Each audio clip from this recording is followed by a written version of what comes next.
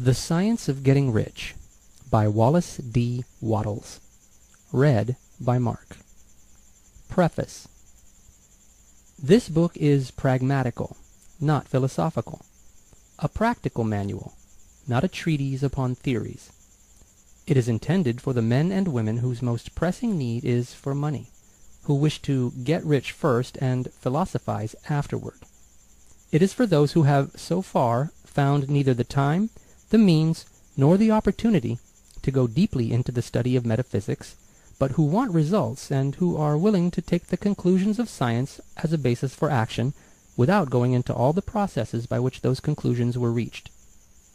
It is expected that the reader will take the fundamental statements upon faith, just as he would take statements concerning a law of electrical action if they were promulgated by a Marconi or an Edison, and, taking the statements upon faith, that he will prove their truth by acting upon them without fear or hesitation.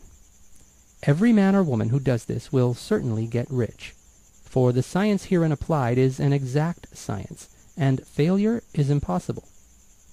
For the benefit, however, of those who wish to investigate philosophical theories, and so secure a logical basis for faith, I will here cite certain authorities.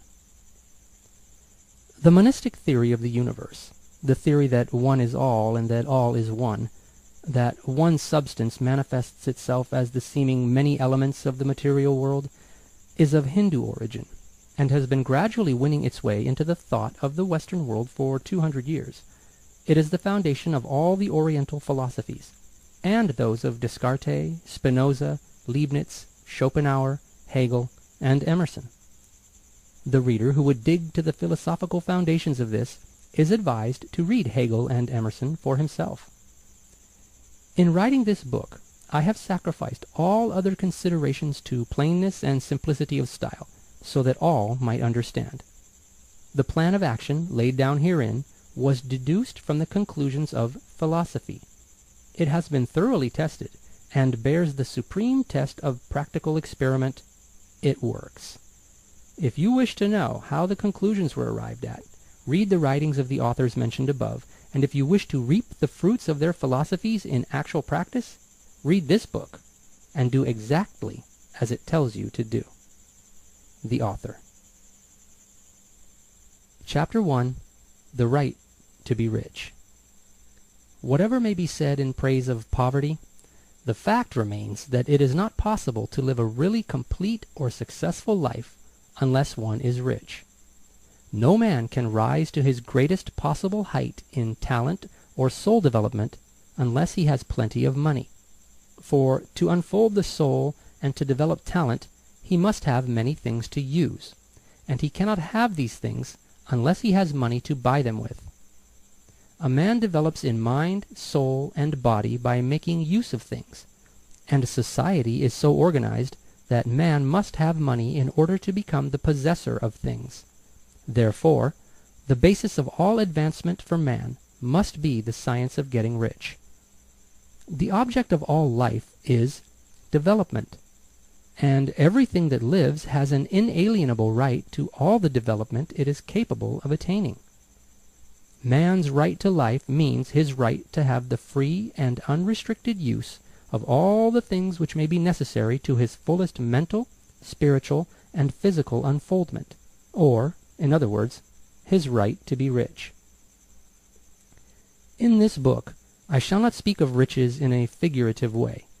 To be really rich does not mean to be satisfied or contented with a little. No man ought to be satisfied with a little if he is capable of using and enjoying more.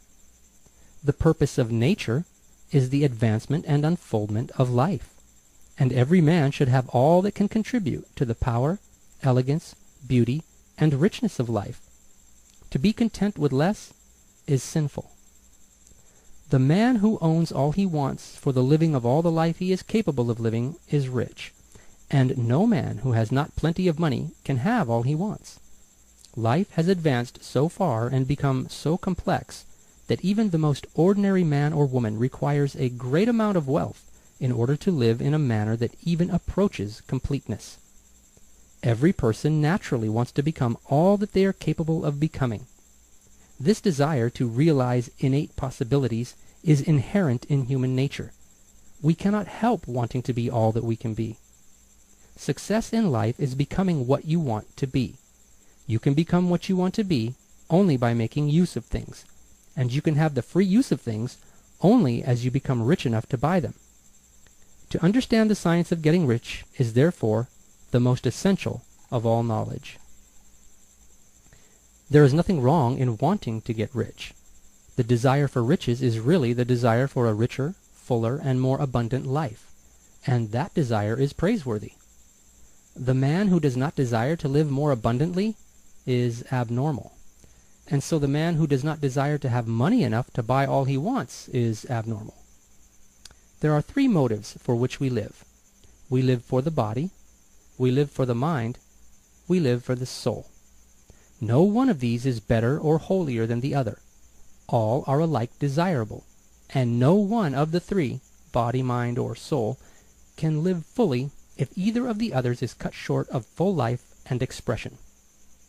It is not right or noble to live only for the soul and deny mind or body, and it is wrong to live for the intellect and deny body or soul. We are all acquainted with the loathsome consequences of living for the body and denying both mind and soul, and we see that real life means the complete expression of all that man can give forth through body, mind, and soul. Whatever he can say, no man can be really happy or satisfied unless his body is living fully in every function, and unless the same is true of his mind and his soul. Wherever there is unexpressed possibility, or function not performed, there is unsatisfied desire. Desire is possibility-seeking expression, or function-seeking performance.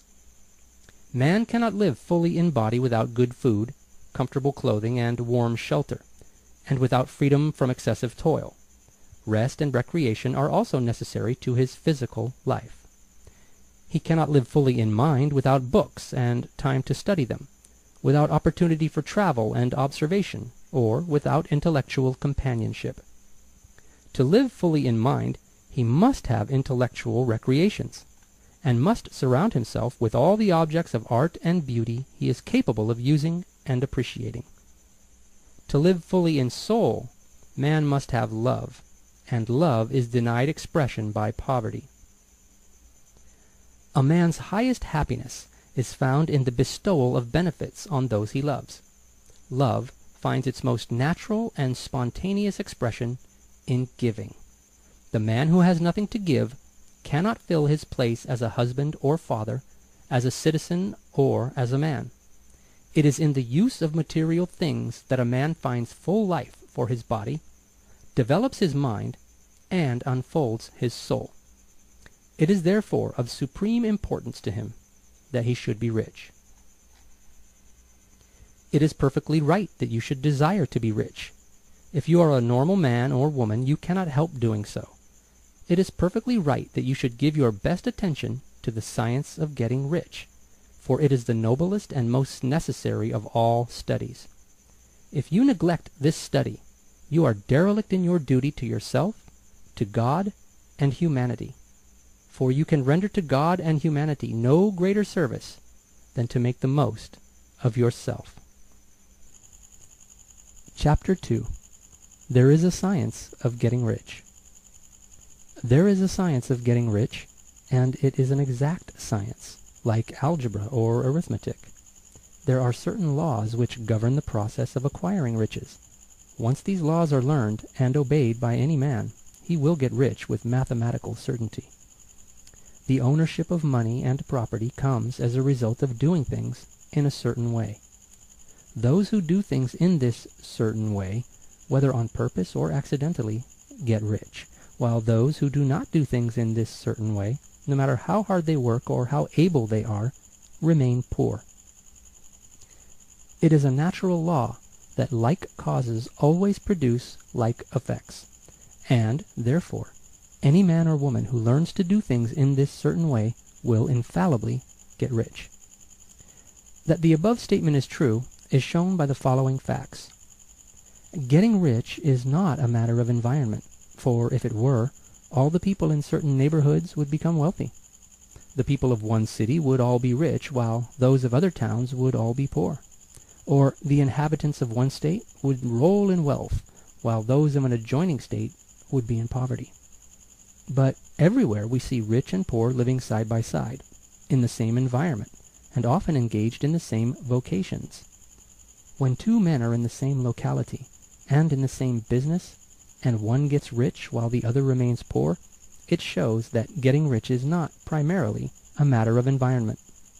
Some environments may be more favorable than others, but when two men in the same business are in the same neighborhood, and one gets rich while the other fails, it indicates that getting rich is the result of doing things in a certain way.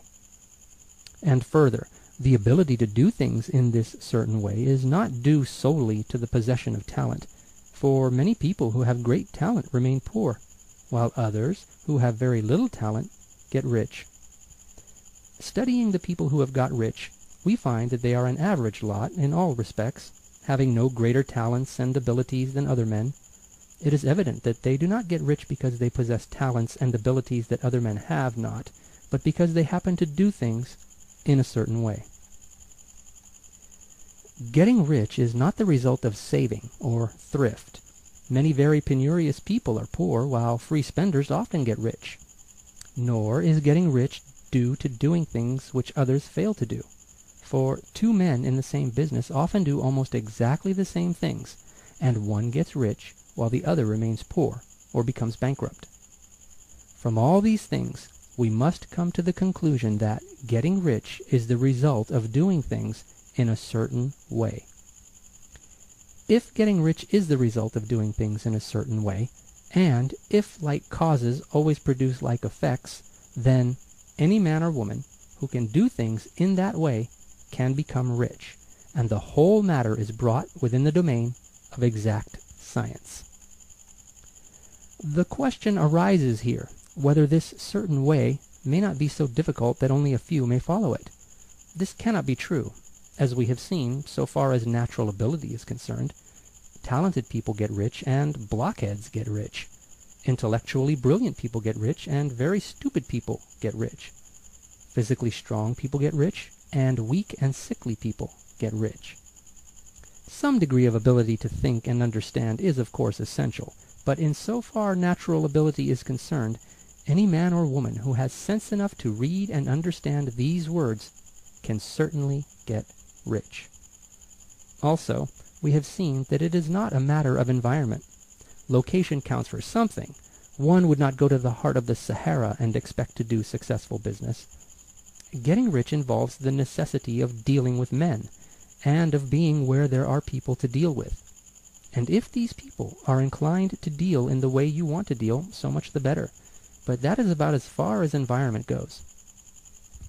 If anybody else in your town can get rich, so can you. And if anybody else in your state can get rich, so can you. Again, it is not a matter of choosing some particular business or profession. People get rich in every business and in every profession, while their next-door neighbors in the same vocation remain in poverty. It is true that you will do best in a business which you like, and which is congenial to you, and if you have certain talents which are well developed, you will do best in a business which calls for the exercise of those talents. Also, you will do best in a business which is suited to your locality. An ice cream parlor would do better in a warm climate than in Greenland, and a salmon fishery will succeed better in the Northwest than in Florida, where there are no salmon. But aside from these general limitations, getting rich is not dependent upon your engaging in some particular business, but upon your learning to do things in a certain way. If you are now in business and anybody else in your locality is getting rich in the same business, while you are not getting rich, it is because you are not doing things in the same way that the other person is doing them. No one is prevented from getting rich by lack of capital. True, as you get capital, the increase becomes more easy and rapid, but one who has capital is already rich and does not need to consider how to become so. No matter how poor you may be, if you begin to do things in a certain way, you will begin to get rich, and you will begin to have capital. The getting of capital is a part of the process of getting rich, and it is a part of the result which invariably follows the doing of things in the certain way. You may be the poorest man on the continent, and be deeply in debt. You may have neither friends, influence, nor resources. But if you begin to do things in this way, you must infallibly begin to get rich, for like causes must produce like effects. If you have no capital, you can get capital. If you are in the wrong business, you can get into the right business. If you are in the wrong location, you can go to the right location, and you can do so by beginning in your present business and in your present location to do things in the certain way which causes success. Chapter 3. Is opportunity monopolized? No man is kept poor because opportunity has been taken away from him, because other people have monopolized the wealth and have put a fence around it. You may be shut off from engaging in business in certain lines, but there are other channels open to you. Probably it would be hard for you to get control of any of the great railroad systems. That field is pretty well monopolized. But the electric railway business is still in its infancy, and offers plenty of scope for enterprise. And it will be but a very few years until traffic and transportation through the air will become a great industry, and in all its branches will give employment to hundreds of thousands, and perhaps to millions of people. Why not turn your attention to the development of aerial transportation, instead of competing with J.J. Hill and others for a chance in the steam railway world? It is quite true that if you are a workman in the employ of the Steel Trust, you have very little chance of becoming the owner of the plant in which you work. But it is also true that if you will commence to act in a certain way, you can soon leave the employ of the Steel Trust. You can buy a farm of from 10 to 40 acres, and engage in business as a producer of foodstuffs. There is a great opportunity at this time for men who will live upon small tracts of land and cultivate the same intensively. Such men will certainly get rich. You may say that it is impossible for you to get the land, but I am going to prove to you that it is not impossible, and that you can certainly get a farm if you will go to work in a certain way.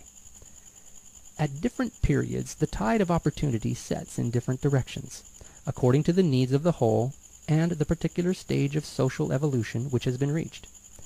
At present, in America, it is setting toward agriculture and the allied industries and professions. Today, opportunity is open before the factory worker in his line. It is open before the businessman who supplies the farmer more than before the one who supplies the factory worker, and before the professional man who waits upon the farmer more than before the one who serves the working class. There is abundance of opportunity for the man who will go with the tide instead of trying to swim against it. So the factory workers, either as individuals or as a class, are not deprived of opportunity. The workers are not being kept down by their masters. They are not being ground by the trusts and combinations of capital. As a class, they are where they are because they do not do things in a certain way. If the workers of America chose to do so, they could follow the example of their brothers in Belgium and other countries, and establish great department stores and cooperative industries. They could elect men of their own class to office and pass laws favoring the development of such cooperative industries, and in a few years they could take peaceable possession of the industrial field. The working class may become the master class whenever they will begin to do things in a certain way. The law of wealth is the same for them as it is for all others.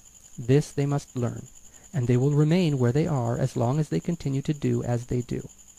The individual worker, however, is not held down by the ignorance or the mental slothfulness of his class. He can follow the tide of opportunity to riches, and this book will tell him how. No one is kept in poverty by a shortness in the supply of riches. There is more than enough for all. A palace as large as the Capitol at Washington might be built for every family on earth from the building material in the United States alone. And under intensive cultivation, this country would produce wool, cotton, linen, and silk enough to clothe each person in the world finer than Solomon was arrayed in all his glory, together with food enough to feed them all luxuriously. The visible supply is practically inexhaustible, and the invisible supply really is inexhaustible. Everything you see on earth is made from one original substance, out of which all things proceed. New forms are constantly being made, and older ones are dissolving, but all are shapes assumed by one thing. There is no limit to the supply of formless stuff or original substance. The universe is made out of it, but it was not all used in making the universe. The spaces in, through, and between the forms of the visible universe are permeated and filled with the original substance, with the formless stuff, with the raw material of all things. 10,000 times as much has been made, might still be made, and even then we should not have exhausted the supply of universal raw material. No man, therefore, is poor because nature is poor, or because there is not enough to go around. Nature is an inexhaustible storehouse of riches. The supply will never run short. Original substance is alive with creative energy and is constantly producing more forms. When the supply of building material is exhausted, more will be produced. When the soil is exhausted so that foodstuffs and materials for clothing will no longer grow upon it, it will be renewed, or more soil will be made. When all the gold and silver has been dug from the earth, if man is still in such a stage of social development that he needs gold and silver, more will be produced from the formless. The formless stuff responds to the needs of man. It will not let him be without any good thing. This is true of man collectively. The race as a whole is always abundantly rich, and if individuals are poor, it is because they do not follow the certain way of doing things which makes the individual man rich. The formless stuff is intelligent. It is stuff which thinks. It is alive, and is always impelled toward more life. It is the natural and inherent impulse of life to seek to live more. It is the nature of intelligence to enlarge itself, and of consciousness to seek to extend its boundaries and find fuller expression. The universe of forms has been made by formless living substance, throwing itself into form in order to express itself more fully. The universe is a great living presence, always moving inherently toward more life and fuller functioning. Nature is formed for the advancement of life. Its impelling motive is the increase of life. For this cause, everything which can possibly minister to life is bountifully provided. There can be no lack unless God is to contradict himself and nullify his own works. You are not kept poor by lack in the supply of riches. It is a fact which I shall demonstrate a little farther on, that even the resources of the formless supply are at the command of the man or woman who will act and think in a certain way. Chapter 4. The first principle in the science of getting rich. Thought is the only power which can produce tangible riches from the formless substance. The stuff from which all things are made is a substance which thinks, and a thought of form in this substance produces the form. Original substance moves according to its thoughts. Every form and process you see in nature is the visible expression of a thought in original substance. As the formless stuff thinks of a form, it takes that form. As it thinks of a motion, it makes that motion. That is the way all things were created. We live in a thought world which is part of a thought universe. The thought of a moving universe extended throughout formless substance, and the thinking stuff moving according to that thought took the form of systems of planets and maintains that form. Thinking substance takes the form of its thought and moves according to the thought. Holding the idea of a circling system of suns and worlds, it takes the form of these bodies and moves them as it thinks. Thinking the form of a slow-growing oak tree, it moves accordingly and produces the tree, though centuries may be required to do the work. In creating, the formless seems to move according to the lines of motion it has established. The thought of an oak tree does not cause the instant formation of a full-grown tree, but it does start in motion the forces which will produce the tree along established lines of growth. Every thought of form, held in thinking substance, causes the creation of the form, but always, or at least generally, along lines of growth and action already established. The thought of a house of a certain construction, if it were impressed upon formless substance, might not cause the instant formation of the house, but it would cause the turning of creative energies already working in trade and commerce into such channels as to result in the speedy building of the house. And if there were no existing channels through which the creative energy could work, then the house would be formed directly from primal substance, without waiting for the slow processes of the organic and inorganic world. No thought of form can be impressed upon original substance without causing the creation of the form. Man is a thinking center and can originate thought. All the forms that man fashions with his hands must first exist in his thought. He cannot shape a thing until he has thought that thing. And so far as man has confined his efforts wholly to the work of his hands, he has applied manual labor to the world of forms, seeking to change or modify those already existing.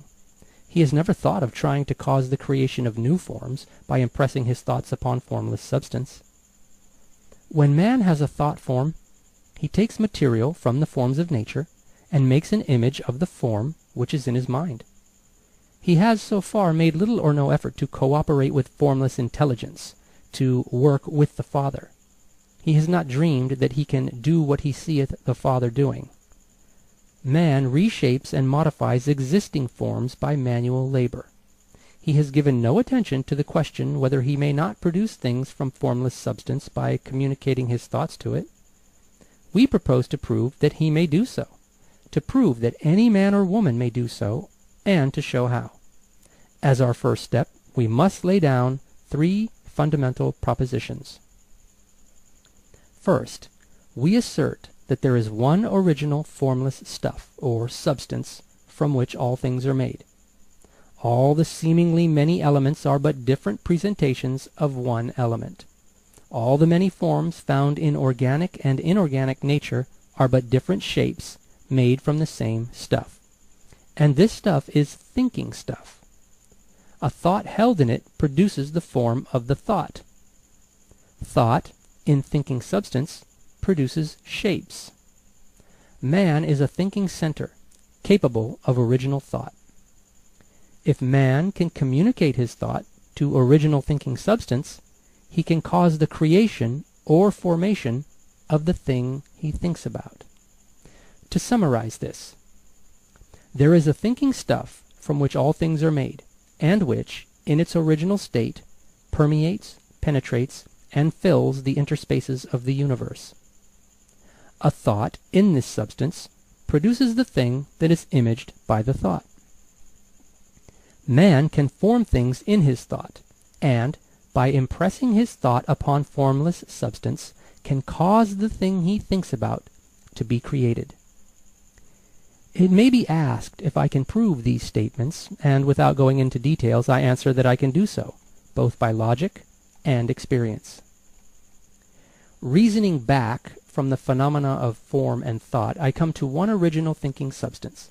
And, reasoning forward from this thinking substance, I come to man's power to cause the formation of the thing he thinks about.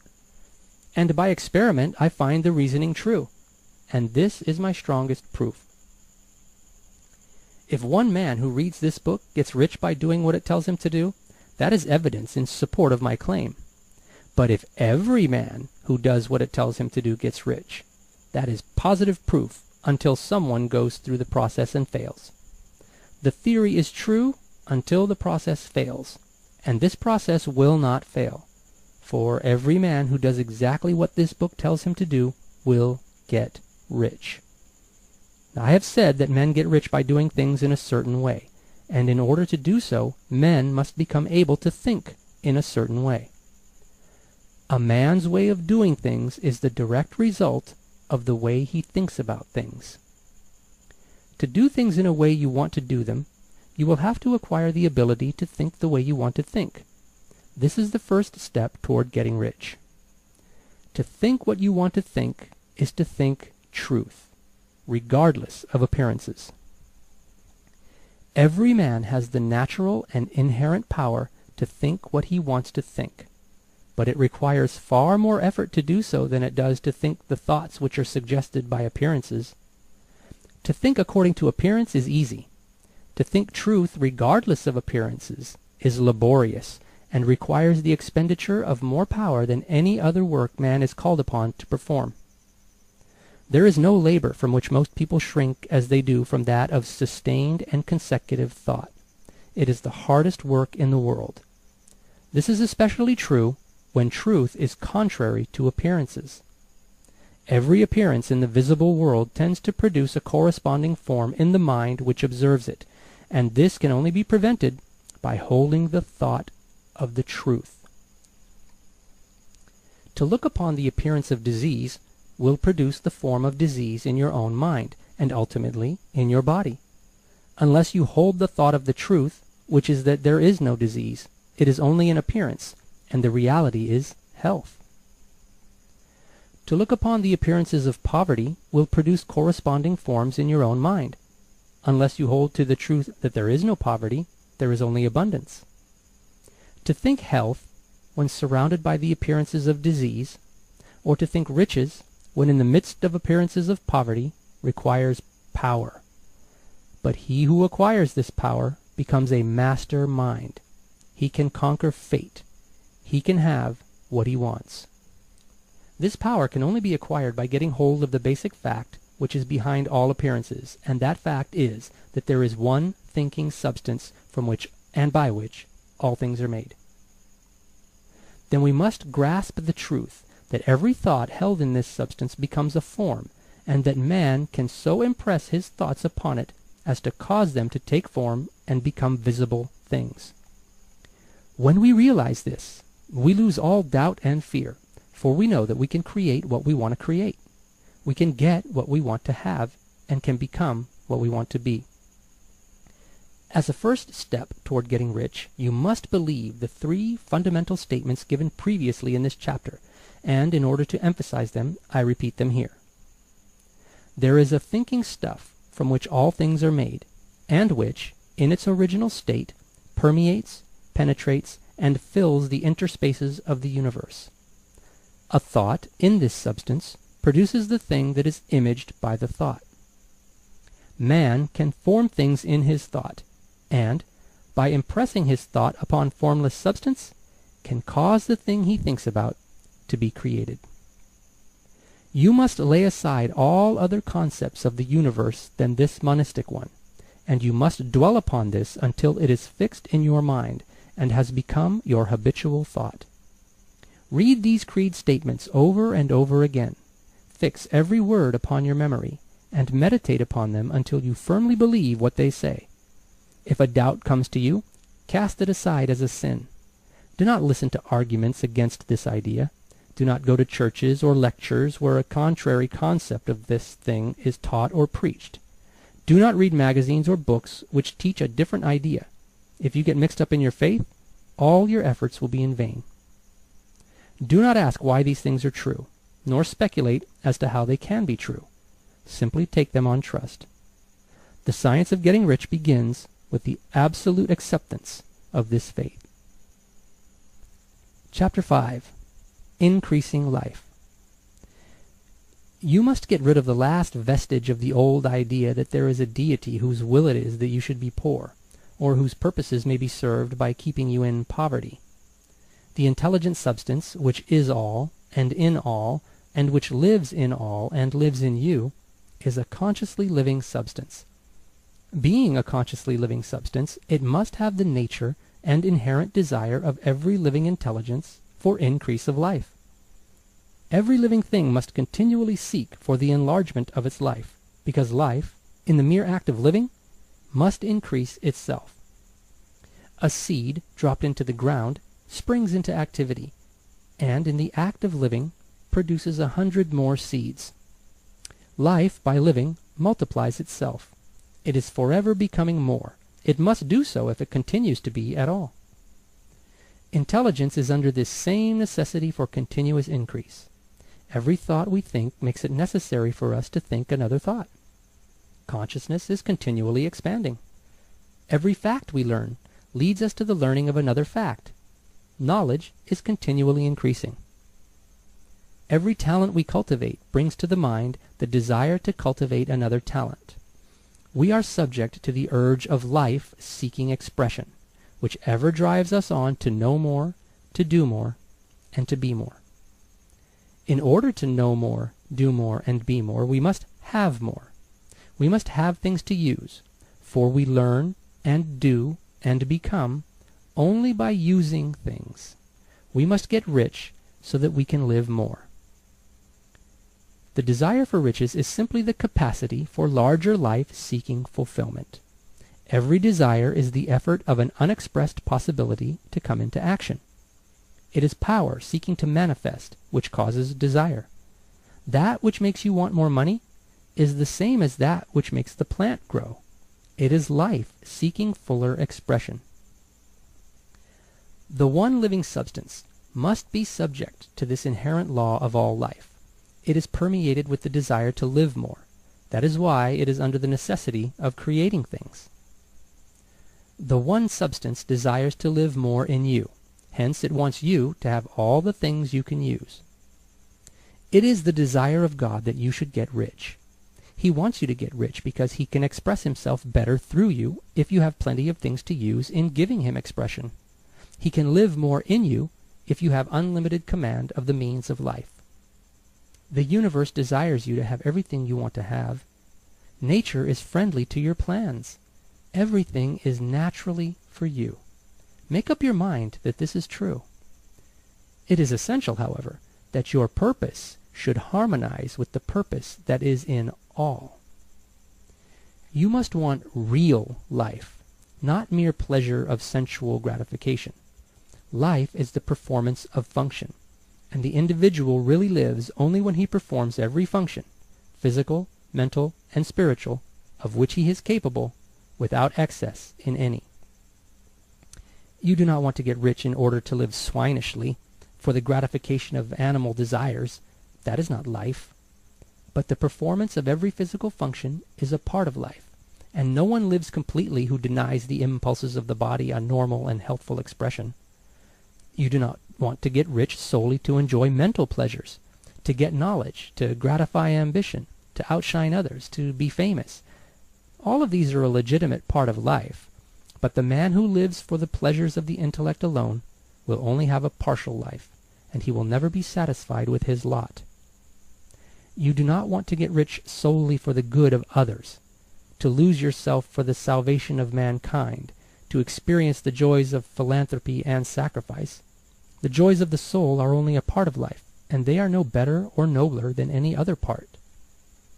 You want to get rich in order that you may eat, drink, and be merry when it is time to do these things, in order that you may surround yourself with beautiful things, see distant lands, feed your mind, and develop your intellect, in order that you may love men and do kind things, and be able to play a good part in helping the world to find truth. But remember that extreme altruism is no better and nobler than extreme selfishness. Both are mistakes. Get rid of the idea that God wants you to sacrifice yourself for others, and that you can secure his favor by doing so. God requires nothing of the kind. What he wants is that you should make the most of yourself, for yourself and for others, and you can help others more by making the most of yourself than in any other way. You can make the most of yourself only by getting rich. So it is right and praiseworthy that you should give your first and best thought to the work of acquiring wealth. Remember, however, that the desire of substance is for all, and its movements must be for more life to all. It cannot be made to work for less life to any, because it is equally in all, seeking riches and life. Intelligent substance will make things for you, but it will not take things away from someone else and give them to you. You must get rid of the thought of competition. You are to create, not to compete for what is already created. You do not have to take anything away from anyone. You do not have to drive sharp bargains. You do not have to cheat or to take advantage. You do not need to let any man work for you for less than he earns. You do not have to covet the property of others, or to look at it with wishful eyes. No man has anything of which you cannot have the like, and that without taking what he has away from him. You are to become a creator, not a competitor. You are going to get what you want, but in such a way that when you get it, every other man will have more than he has now. I am aware that there are men who get a vast amount of money by proceeding in direct opposition to the statements in the paragraph above, and may add a word of explanation here. Men of the plutocratic type, who become very rich, do so sometimes purely by their extraordinary ability on the plane of competition, and sometimes they unconsciously relate themselves to substance in its great purposes and movements for the general racial upbuilding through industrial evolution. Rockefeller, Carnegie, Morgan, et al. Have been the unconscious agents of the Supreme in the necessary work of systematizing and organizing productive industry. And in the end, their work will contribute immensely toward increased life for all. Their day is nearly over. They have organized production, and will soon be succeeded by the agents of the multitude who will organize the machinery of distribution. The multimillionaires are like the monster reptiles of the prehistoric eras. They play a necessary part in the evolutionary process, but the same power which produced them will dispose of them. And it is well to bear in mind that they have never been really rich. A record of the private lives of most of this class will show that they have really been the most abject and wretched of the poor. Riches secured on the competitive plane are never satisfactory and permanent. They are yours today and another's tomorrow. Remember, if you are to become rich in a scientific and certain way, you must rise entirely out of the competitive thought. You must never think for a moment that the supply is limited. Just as soon as you begin to think that all the money is being cornered and controlled by bankers and others, and that you must exert yourself to get laws passed to stop this process, and so on, in that moment you drop into the competitive mind, and your power to cause creation is gone for the time being. And what is worse, you will probably arrest the creative movements you have already instituted. Know that there are countless millions of dollars worth of gold in the mountains of the earth, not yet brought to light. And know that if there were not, more would be created from thinking substance to supply your needs. Know that the money you need will come, even if it is necessary for 1,000 men to be led to the discovery of new gold mines tomorrow. Never look at the visible supply. Look always at the limitless riches in formless substance, and know that they are coming to you as fast as you can receive and use them. Nobody, by cornering the visible supply, can prevent you from getting what is yours. So never allow yourself to think for an instant that all the best building spots will be taken before you get ready to build your house, unless you hurry. Never worry about the trusts and combines, and get anxious for fear that they will soon come to own the whole earth. Never get afraid that you will lose what you want because some other person beats you to it. That cannot possibly happen.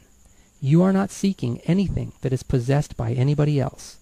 You are causing what you want to be created from formless substance, and the supply is without limits.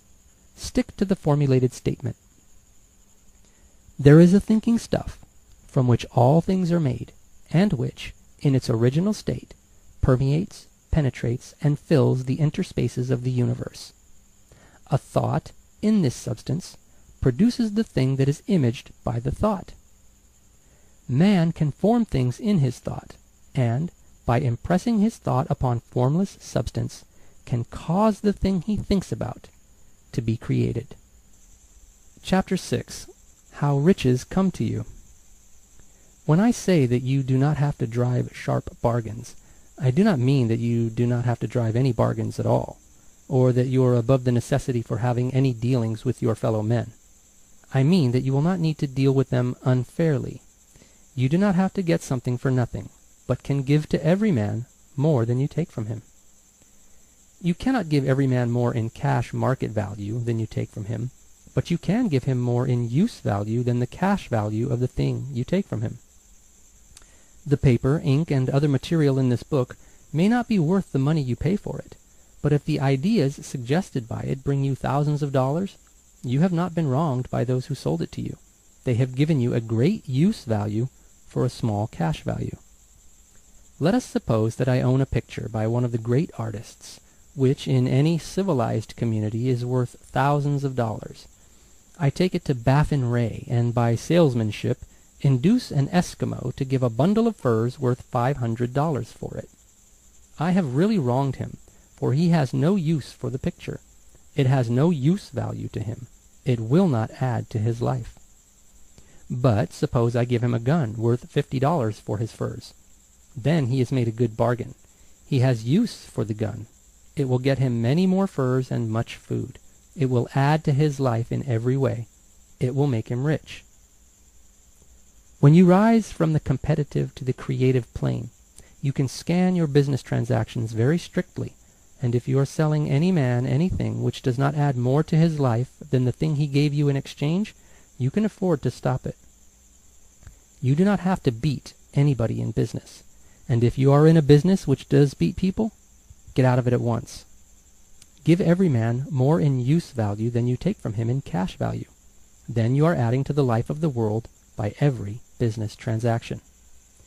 If you have people working for you, you must take from them more in cash value than you pay them in wages, but you can so organize your business that it will be filled with the principle of advancement, and so that each employee who wishes to do so may advance a little every day.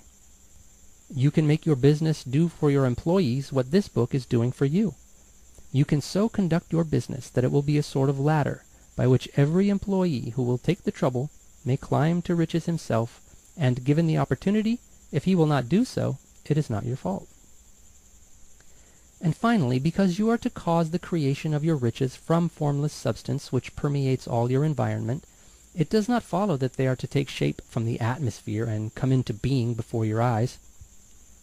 If you want a sewing machine, for instance, I do not mean to tell you that you are to impress the thought of a sewing machine on thinking substance until the machine is formed without hands in the room where you sit, or elsewhere. But if you want a sewing machine, hold the mental image of it with the most positive certainty that it is being made, or is on its way to you. After once forming the thought, have the most absolute and unquestioning faith that the sewing machine is coming. Never think of it or speak of it in any other way than as being sure to arrive. Claim it as already yours. It will be brought to you by the power of the supreme intelligence acting upon the minds of men. If you live in Maine, it may be that a man will be brought from Texas or Japan to engage in some transaction which will result in your getting what you want. If so, the whole matter will be as much to that man's advantage as it is to yours. Do not forget for a moment that the thinking substance is through all, in all, communicating with all, and can influence all. The desire of thinking substance for fuller life and better living has caused the creation of all the sewing machines already made, and it can cause the creation of millions more, and will, whenever men set it in motion by desire and faith, and by acting in a certain way.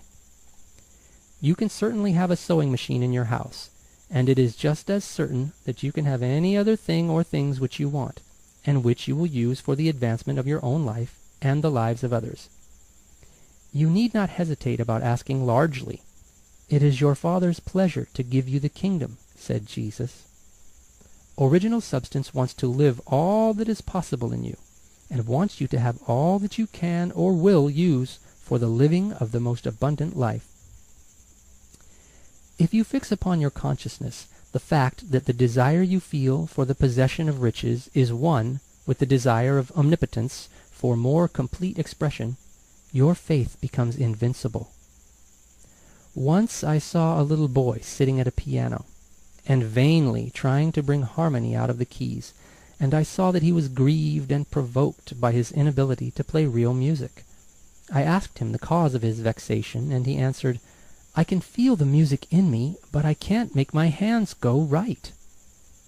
The music in him was the urge of original substance, containing all the possibilities of all life.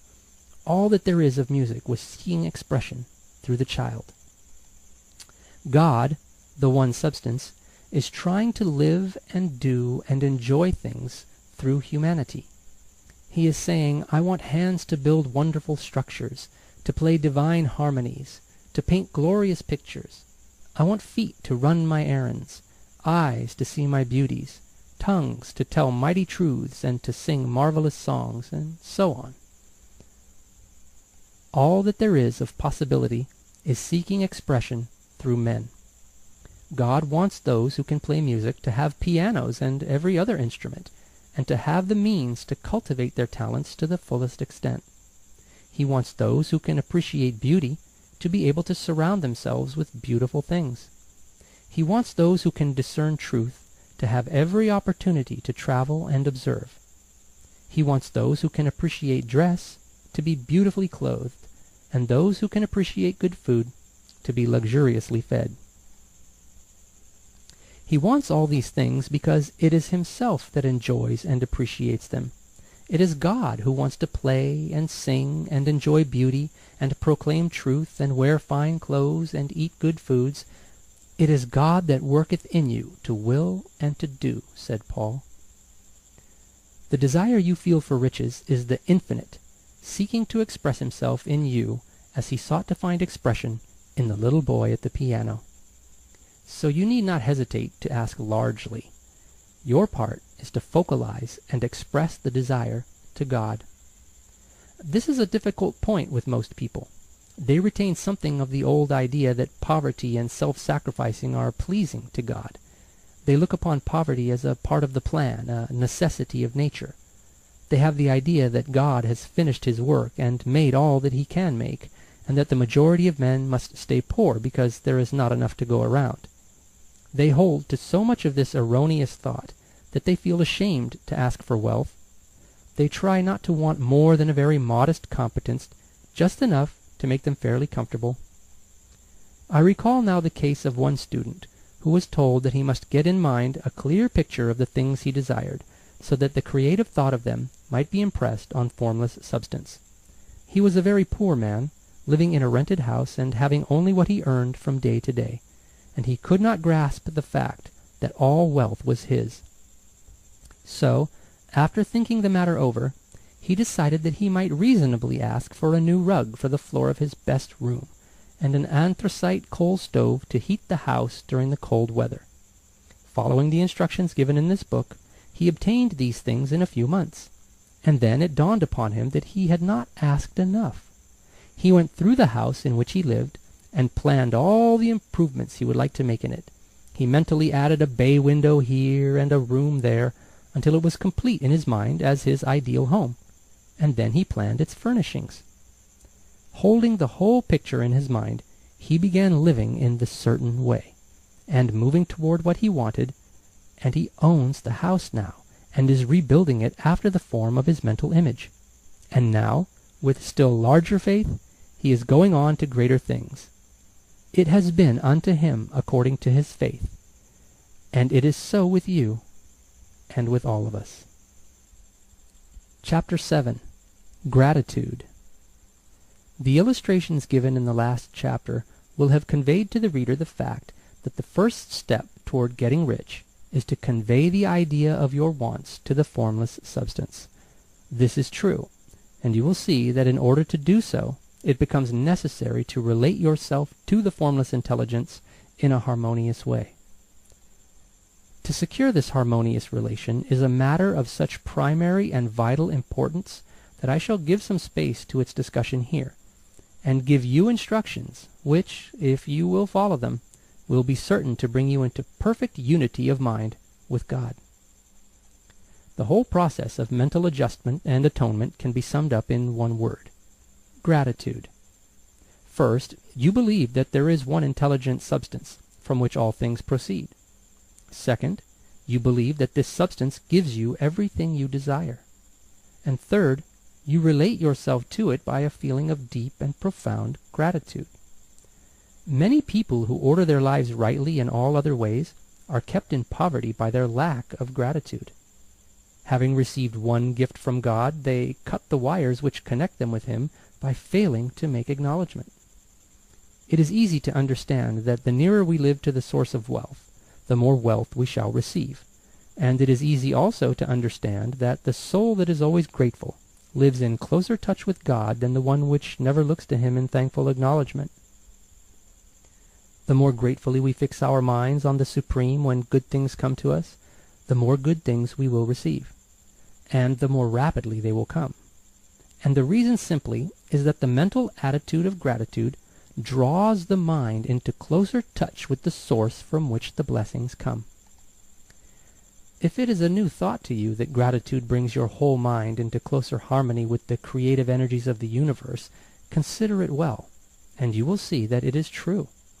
The good things you already have come to you along the line of obedience to certain laws. Gratitude will lead your mind out along the ways by which things come, and it will keep you in close harmony with creative thought and prevent you from falling into competitive thought. Gratitude alone can keep you looking toward the all, and prevent you from falling into the error of thinking of the supply as limited, and to do that would be fatal to your hopes.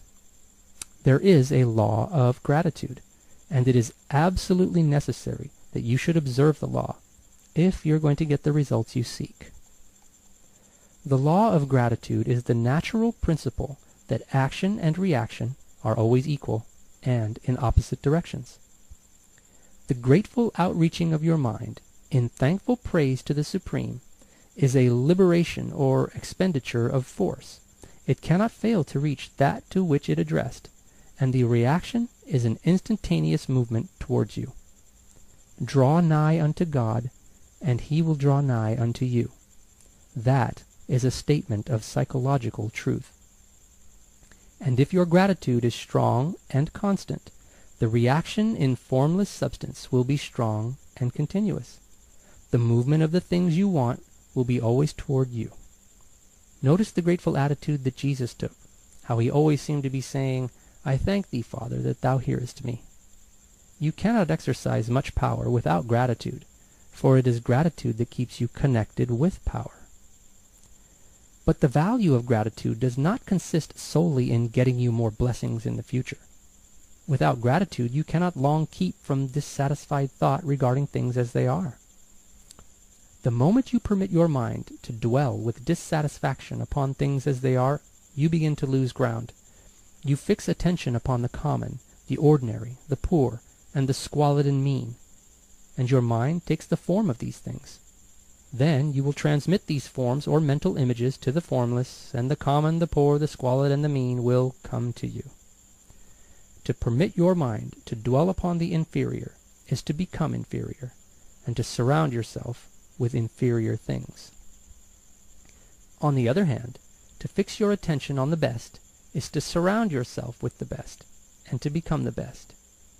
The creative power within us makes us into the image of that to which we give our attention. We are thinking substance, and thinking substance always takes the form of that which it thinks about.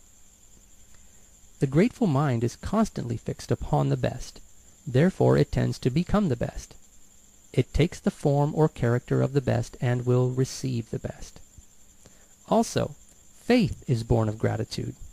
The grateful mind continually expects good things, and expectation becomes faith. The reaction of gratitude upon one's own mind produces faith, and every outgoing wave of grateful thanksgiving increases faith. He who has no feeling of gratitude cannot long retain a living faith. And without a living faith you cannot get rich by the creative method, as we shall see in the following chapters. It is necessary, then, to cultivate the habit of being grateful for every good thing that comes to you, and to give thanks continuously. And because all things have contributed to your advancement, you should include all things in your gratitude.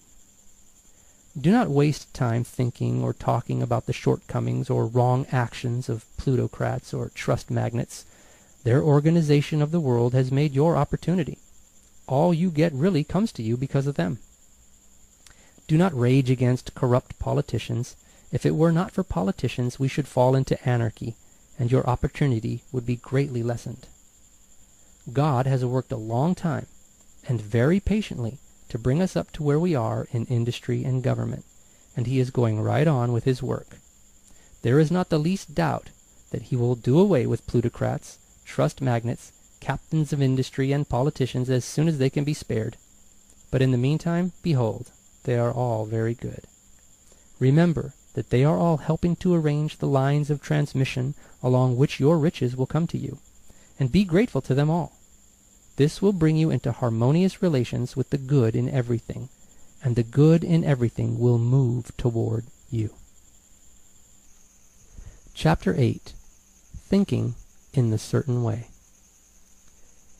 Turn back to Chapter 6 and read again the story of the man who formed a mental image of his house, and you will get a fair idea of the initial step toward getting rich. You must form a clear and definite mental picture of what you want. You cannot transmit an idea unless you have it yourself. You must have it before you can give it, and many people fail to impress thinking substance because they have themselves only a vague and misty concept of the things they want to do, to have, or to become. It is not enough that you should have a general desire for wealth, to do good with. Everybody has that desire. It is not enough that you should have a wish to travel, see things, live more, etc. Everybody has those desires also. If you were going to send a wireless message to a friend, you would not send the letters of the alphabet in their order and let him construct the message for himself, nor would you take words at random from the dictionary. You would send a coherent sentence, one which meant something. When you try to impress your wants upon substance, remember that it must be done by a coherent statement. You must know what you want, and be definite. You can never get rich, or start the creative power into action, by sending out unformed longings and vague desires. Go over your desires, just as the man I have described went over his house. See just what you want, and get a clear mental picture of it as you wish it to look when you get it. That clear mental picture you must have continually in mind, as the sailor has in mind the port toward which he is sailing the ship. You must keep your face toward it all the time. You must no more lose sight of it than the steersman loses sight of the compass. It is not necessary to take exercises in concentration, nor to set apart special times for prayer and affirmation, nor to go into the silence, nor to do occult stunts of any kind. There are things well enough, but all you need is to know what you want, and to want it badly enough so that it will stay in your thoughts. Spend as much of your leisure time as you can in contemplating your picture, but no one needs to take exercises to concentrate his mind on a thing which he really wants. It is the things you do not really care about which require effort to fix your attention upon them. And unless you really want to get rich, so that the desire is strong enough to hold your thoughts directed to the purpose as the magnetic pole holds the needle of the compass, it will hardly be worth while for you to try to carry out the instructions given in this book. The methods herein set forth are for people whose desire for riches is strong enough to overcome mental laziness and the love of ease, and make them work. The more clear and definite you make your picture then, and the more you dwell upon it, bringing out all its delightful details, the stronger your desire will be. And the stronger your desire, the easier it will be to hold your mind fixed upon the picture of what you want. Something more is necessary, however, than merely to see the picture clearly. If that is all you do, you are only a dreamer and will have little or no power for accomplishment. Behind your clear vision must be the purpose to realize it, to bring it out in tangible expression. And behind this purpose must be an invincible and unwavering faith that the thing is already yours, that it is at hand, and you have only to take possession of it. Live in the new house, mentally, until it takes form around you physically. In the mental realm, enter at once into full enjoyment of the things you want. Whatsoever things ye ask for when ye pray, believe that ye receive them, and ye shall have them, said Jesus. See the things you want as if they were actually around you all the time. See yourself as owning and using them. Make use of them in imagination, just as you will use them when they are your tangible possessions. Dwell upon your mental picture until it is clear and distinct, and then take the mental attitude of ownership toward everything in that picture. Take possession of it, in mind, in the full faith that it is actually yours. Hold to this mental ownership. Do not waver for an instant in the faith that it is real. And remember what was said in a preceding chapter about gratitude. Be as thankful for it all the time as you expect to be when it has taken form. The man who can sincerely thank God for the things which as yet he owns only in imagination has real faith. He will get rich. He will cause the creation of whatsoever he wants. You do not need to pray repeatedly for things you want. It is not necessary to tell God about it every day. Use not vain repetitions as the heathen do, Jesus said to his disciples. For your Father knoweth ye have need of these things before ye ask him. Your part is to intelligently formulate your desire for the things which make for a larger life, and to get these desires arranged into a coherent whole, and then to impress this whole desire upon the formless substance, which has the power and the will to bring you what you want. You do not make this impression by repeating strings of words. You make it by holding the vision with unshakable purpose to attain it, and with steadfast faith that you do attain it. The answer to prayer is not according to your faith while you are talking, but according to your faith while you are working.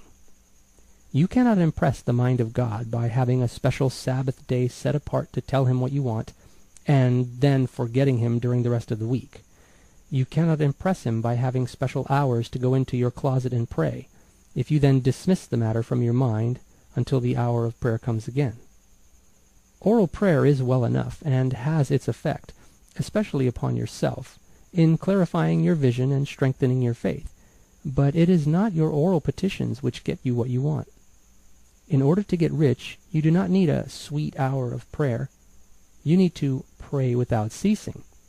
And by prayer I mean holding steadily to your vision with the purpose to cause its creation into solid form, and the faith that you are doing so. Believe that you receive them. The whole matter turns on receiving. Once you have clearly formed your vision, when you have formed it, it is well to make an oral statement addressing the Supreme in reverent prayer, and from that moment you must, in mind, receive what you ask for. Live in the new house. Wear the fine clothes. Ride in the automobile. Go on the journey, and confidently plan for greater journeys. Think and speak of all the things you have asked for in terms of actual present ownership. Imagine an environment and a financial condition exactly as you want them, and live all the time in that imaginary environment and financial condition. Mind, however, that you do not do this as a mere dreamer and castle builder. Hold to the faith that the imaginary is being realized, and to the purpose to realize it. Remember that it is faith and purpose in the use of the imagination which make the difference between the scientist and the dreamer. And having learned this fact, it is here that you must learn the proper use of the will. Chapter 9. How to use the will. To set about getting rich in a scientific way, you do not try to apply your willpower to anything outside of yourself. You have no right to do so anyway. It is wrong to apply your will to other men and women in order to get them to do what you wish done. It is as flagrantly wrong to coerce people by mental power as it is to coerce them by physical power. If compelling people by physical force to do things for you reduces them to slavery, compelling them by mental means accomplishes exactly the same thing. The only difference is in methods. If taking things from people by physical force is robbery, then taking things by mental force is robbery also. There is no difference in principle. You have no right to use your willpower upon another person, even for his own good, for you do not know what is for his good. The science of getting rich does not require you to apply power or force to any other person in any way whatsoever. There is not the slightest necessity for doing so. Indeed, any attempt to use your will upon others will only tend to defeat your purpose. You do not need to apply your will to things in order to compel them to come to you. That would simply be trying to coerce God, and would be foolish and useless as well as irreverent. You do not have to compel God to give you good things, any more than you have to use your willpower to make the sun rise. You do not have to use your willpower to conquer an unfriendly deity, or to make stubborn and rebellious forces do your bidding. Substance is friendly to you, and is more anxious to give you what you want than you are to get it. To get rich, you need only to use your willpower upon yourself. When you know what to think and do, then you must use your will to compel yourself to think and do the right things. That is the legitimate use of the will in getting what you want, to use it in holding yourself to the right course. Use your will to keep yourself thinking and acting in the certain way. Do not try to project your will or your thoughts or your mind out into space to act on things or people. Keep your mind at home. It can accomplish more there than anywhere else. Use your mind to form a mental image of what you want, and to hold that vision with faith and purpose, and use your will to keep your mind working in the right way.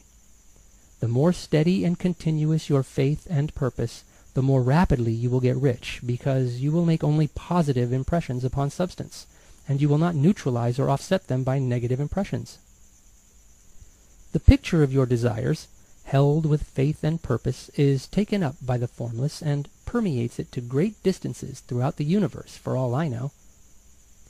As this impression spreads, all things are set moving toward its realization. Every living thing, every inanimate thing, and the things yet uncreated are stirred toward bringing into being that which you want. All force begins to be exerted in that direction. All things begin to move toward you. The minds of people everywhere are influenced toward doing the things necessary to the fulfilling of your desires, and they work for you, unconsciously. But you can check all this by starting a negative impression in the formless substance. Doubt or unbelief is as certain to start a movement away from you as faith and purpose are to start one toward you. It is by not understanding this that most people who try to make use of mental science in getting rich make their failure. Every hour and moment you spend in giving heed to doubts and fears, every hour you spend in worry, every hour in which your soul is possessed by unbelief, sets a current away from you in the whole domain of intelligent substance. All the promises are unto them that believe, and unto them only. Notice how insistent Jesus was upon this point of belief, and now you know the reason why. Since belief is all important, it behooves you to guard your thoughts, and as your beliefs will be shaped to a very great extent by the things you observe and think about, it is important that you should command your attention. And here the will comes into use, for it is by your will that you determine upon what things your attention shall be fixed. If you want to become rich, you must not make a study of poverty. Things are not brought into being by thinking about their opposites. Health is never to be attained by studying disease and thinking about disease. Righteousness is not to be promoted by studying sin and thinking about sin, and no one ever got rich by studying poverty and thinking about poverty. Medicine as a science of disease has increased disease. Religion as a science of sin has promoted sin, and economics as a study of poverty will fill the world with wretchedness and want. Do not talk about poverty. Do not investigate it or concern yourself with it. Never mind what its causes are. You have nothing to do with them. What concerns you is the cure. Do not spend your time in charitable work or charity movements. All charity only tends to perpetuate the wretchedness it aims to eradicate. I do not say that you should be hard-hearted or unkind and refuse to hear the cry of need, but you must not try to eradicate poverty in any of the conventional ways. Put poverty behind you, and put all that pertains to it behind you, and make good.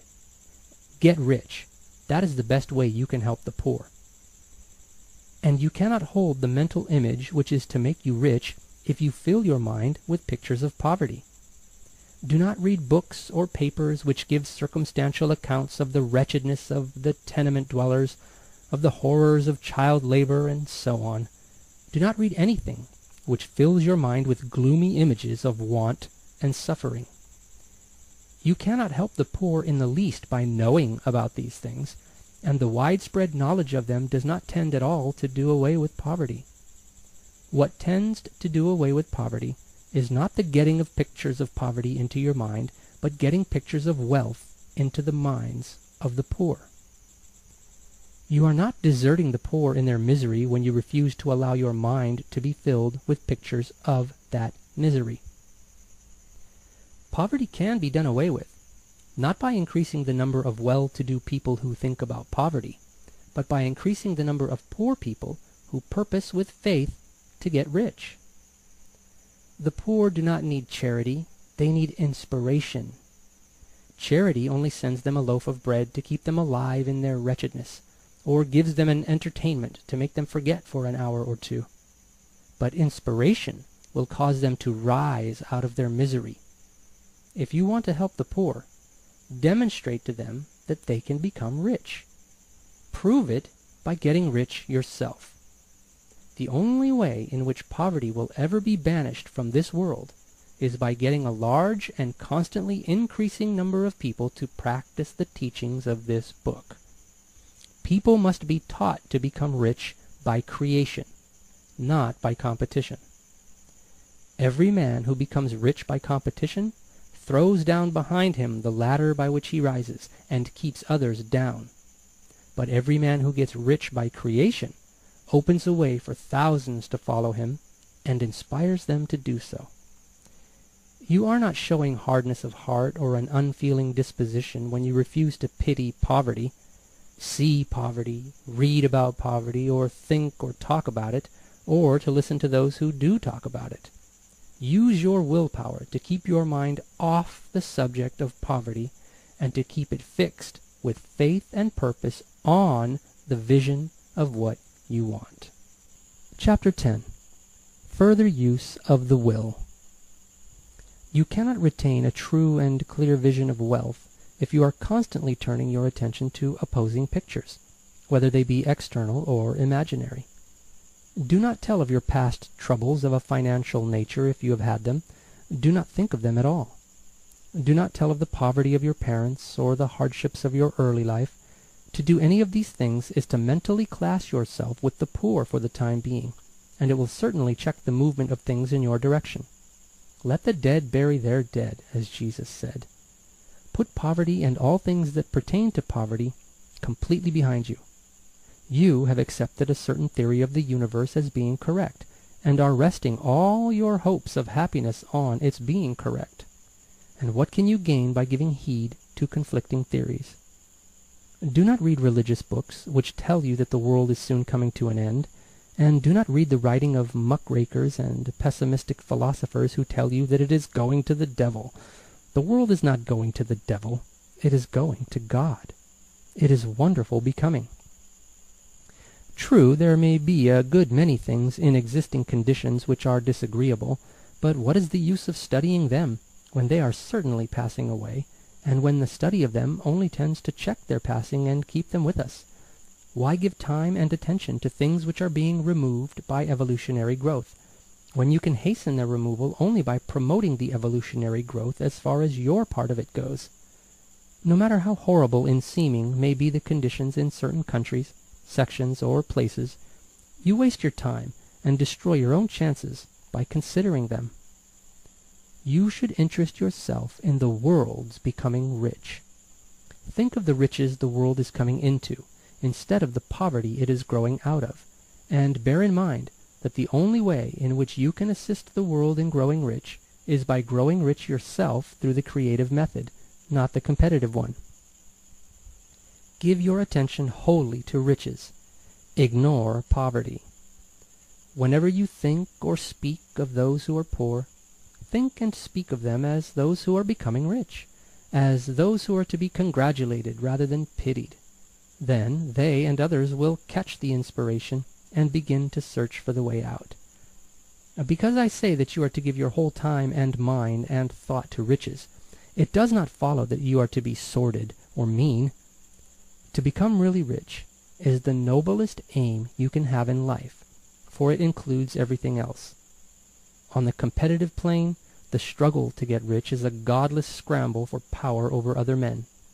But when we come into the creative mind, all this is changed. All that is possible in the way of greatness and soul unfoldment, of service and lofty endeavor, comes by way of getting rich. All is made possible by the use of things. If you lack for physical health, you will find that the attainment of it is conditional on your getting rich. Only those who are emancipated from financial worry, and who have the means to live a carefree existence and follow hygienic practices, can have and retain health. Moral and spiritual greatness is possible only to those who are above the competitive battle for existence, and only those who are becoming rich on the plane of creative thought are free from the degrading influences of competition. If your heart is set on domestic happiness, remember that love flourishes best where there is refinement, a high level of thought, and freedom from corrupting influences, and these are to be found only where riches are attained by the exercise of creative thought, without strife or rivalry. You can aim at nothing so great or noble, I repeat, as to become rich, and you must fix your attention upon your mental picture of riches, to the exclusion of all that may tend to dim or obscure the vision. You must learn to see the underlying truth in all things. You must see beneath all seemingly wrong conditions the great one life ever moving forward toward fuller expression and more complete happiness. It is the truth that there is no such thing as poverty. There is only wealth. Some people remain in poverty because they are ignorant of the fact that there is wealth for them, and these can best be taught by showing them the way to affluence in your own person and practice. Others are poor because, while they feel that there is a way out, they are too intellectually indolent to put forth the mental effort necessary to find that way and by travel it. And for these, the very best thing you can do is to arouse their desire by showing them the happiness that comes from being rightly rich. Others still are poor because, while they have some notion of science, they have become so swamped and lost in the maze of metaphysical and occult theories that they do not know which road to take. They try a mixture of many systems and fail in all. For these, again, the very best thing to do is show the right way in your own person and practice. An ounce of doing things is worth a pound of theorizing. The very best thing you can do for the whole world is to make the most of yourself. You can serve God and man in no more effective way than by getting rich. That is, if you get rich by the creative method and not by the competitive one. Another thing, we assert that this book gives in detail the principles of the science of getting rich. And if that is true, you do not need to read any other book upon the subject. This may sound narrow and egotistical, but consider, there is no more scientific method of computation in mathematics than by addition, subtraction, multiplication, and division. No other method is possible. There can be but one shortest distance between 2 points. There is only one way to think scientifically, and that is to think in the way that leads by the most direct and simple route to the goal.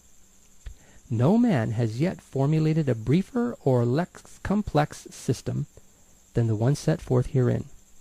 It has been stripped of all non-essentials. When you commence on this, lay all others aside, put them out of your mind altogether. Read this book every day. Keep it with you. Commit it to memory, and do not think about other systems and theories.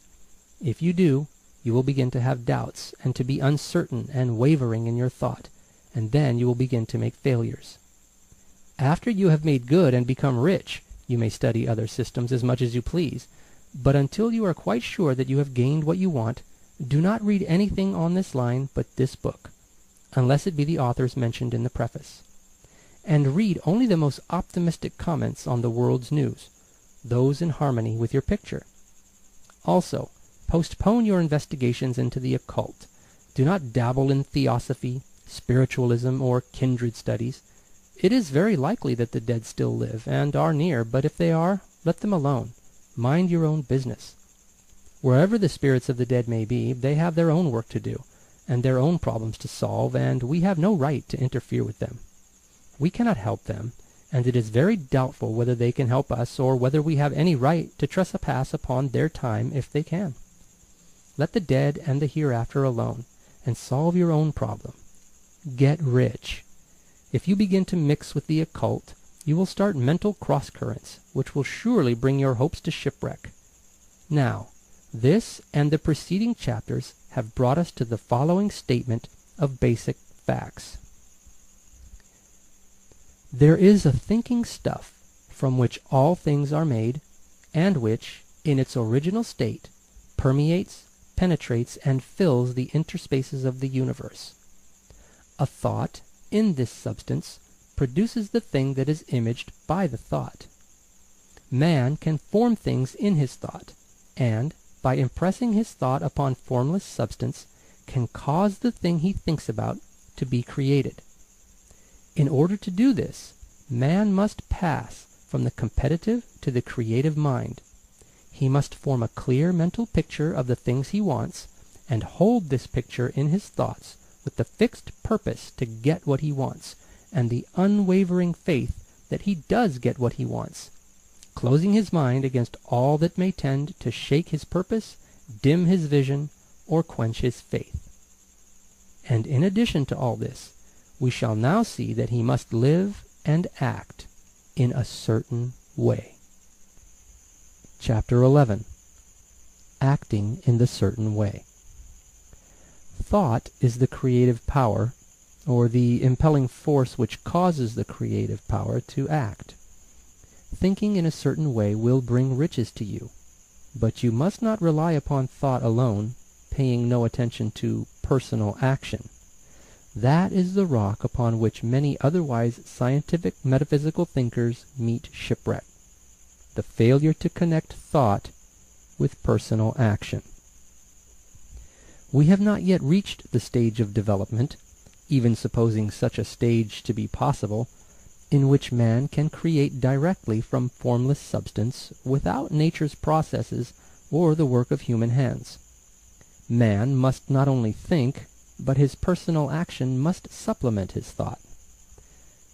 By thought you can cause the gold in the hearts of the mountains to be impelled toward you, but it will not mine itself, refine itself, coin itself into double eagles, and come rolling along the roads seeking its way into your pocket. Under the impelling power of the Supreme Spirit, men's affairs will be so ordered that someone will be led to mine the gold for you. Other men's business transactions will be so directed that the gold will be brought toward you, and you must so arrange your own business affairs that you may be able to receive it when it comes to you. Your thought makes all things, animate and inanimate, work to bring you what you want. But your personal activity must be such that you can rightly receive what you want when it reaches you. You are not to take it as charity, nor to steal it. You must give every man more in use value than he gives you in cash value. The scientific use of thought consists in forming a clear and distinct mental image of what you want, in holding fast to the purpose to get what you want, and in realizing with grateful faith that you do get what you want. Do not try to project your thought in any mysterious or occult way with the idea of having it go out and do things for you. That is wasted effort, and will weaken your power to think with sanity. The action of thought in getting rich is fully explained in the preceding chapters. Your faith and purpose positively impress your vision upon formless substance, which has the same desire for more life that you have, and this vision, received from you, sets all the creative forces at work in and through their regular channels of action, but directed toward you. It is not your part to guide or supervise the creative process. All you have to do with that is to retain your vision, stick to the purpose, and maintain your faith and gratitude. But you must act in a certain way, so that you can appropriate what is yours when it comes to you, so that you can meet the things you have in your picture and put them in their proper places as they arrive. You can really see the truth of this. When things reach you, they will be in the hands of other men who will ask an equivalent for them, and you can only get what is yours by giving the other man what is his. Your pocketbook is not going to be transformed into a Fortunata's purse, which shall be always full of money without effort on your part. This is the crucial point in the science of getting rich, right here, where thought and personal action must be combined. There are very many people who, consciously or unconsciously, set the creative forces in action by the strength and persistence of their desires, but who remain poor because they do not provide for the reception of the thing they want when it comes. By thought, the thing you want is brought to you. By action, you receive it. Whatever your action is to be, it is evident that you must act now. You cannot act in the past, and it is essential to the clearness of your mental vision that you dismiss the past from your mind. You cannot act in the future, for the future is not here yet, and you cannot tell how you will want to act in any future contingency until that contingency has arrived. Because you are not in the right business or the right environment now, do not think that you must postpone action until you get into the right business or environment, and do not spend time in the present taking thought as to the best course in possible future emergencies. Have faith in your ability to meet any emergency when it arrives. If you act in the present with your mind on the future, your present action will be with a divided mind and will not be effective. Put your whole mind into present action. Do not give your creative impulse to original substance and then sit down and wait for results. If you do, you will never get them. Act now. There is never any time but now, and there never will be any time but now. If you are ever to begin to make ready for the reception of what you want, you must begin now. And your action, whatever it is, must most likely be in your present business or employment, and must be upon the persons and things in your present environment. You cannot act where you are not, you cannot act where you have been, and you cannot act where you are going to be. You can act only where you are. Do not bother as to whether yesterday's work was well done or ill done. Do today's work well. Do not try to do tomorrow's work now. There will be plenty of time to do that when you get to it. Do not try by occult or mystical means to act on people or things that are out of your reach. Do not wait for a change of environment before you act. Get a change of environment by action. You can so act upon the environment in which you are now as to cause yourself to be transferred to a better environment.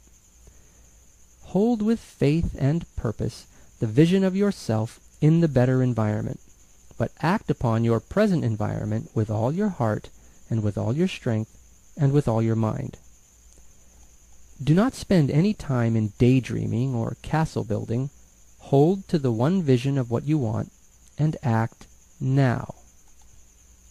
Do not cast about seeking some new thing to do, or some strange, unusual, or remarkable action to perform as a first step toward getting rich. It is probable that your actions, at least for some time to come, will be those you have been performing for some time past, but you are to begin now to perform these actions in the certain way, which will surely make you rich.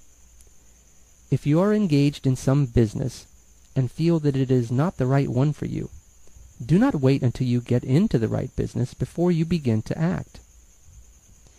Do not feel discouraged, or sit down and lament because you are misplaced.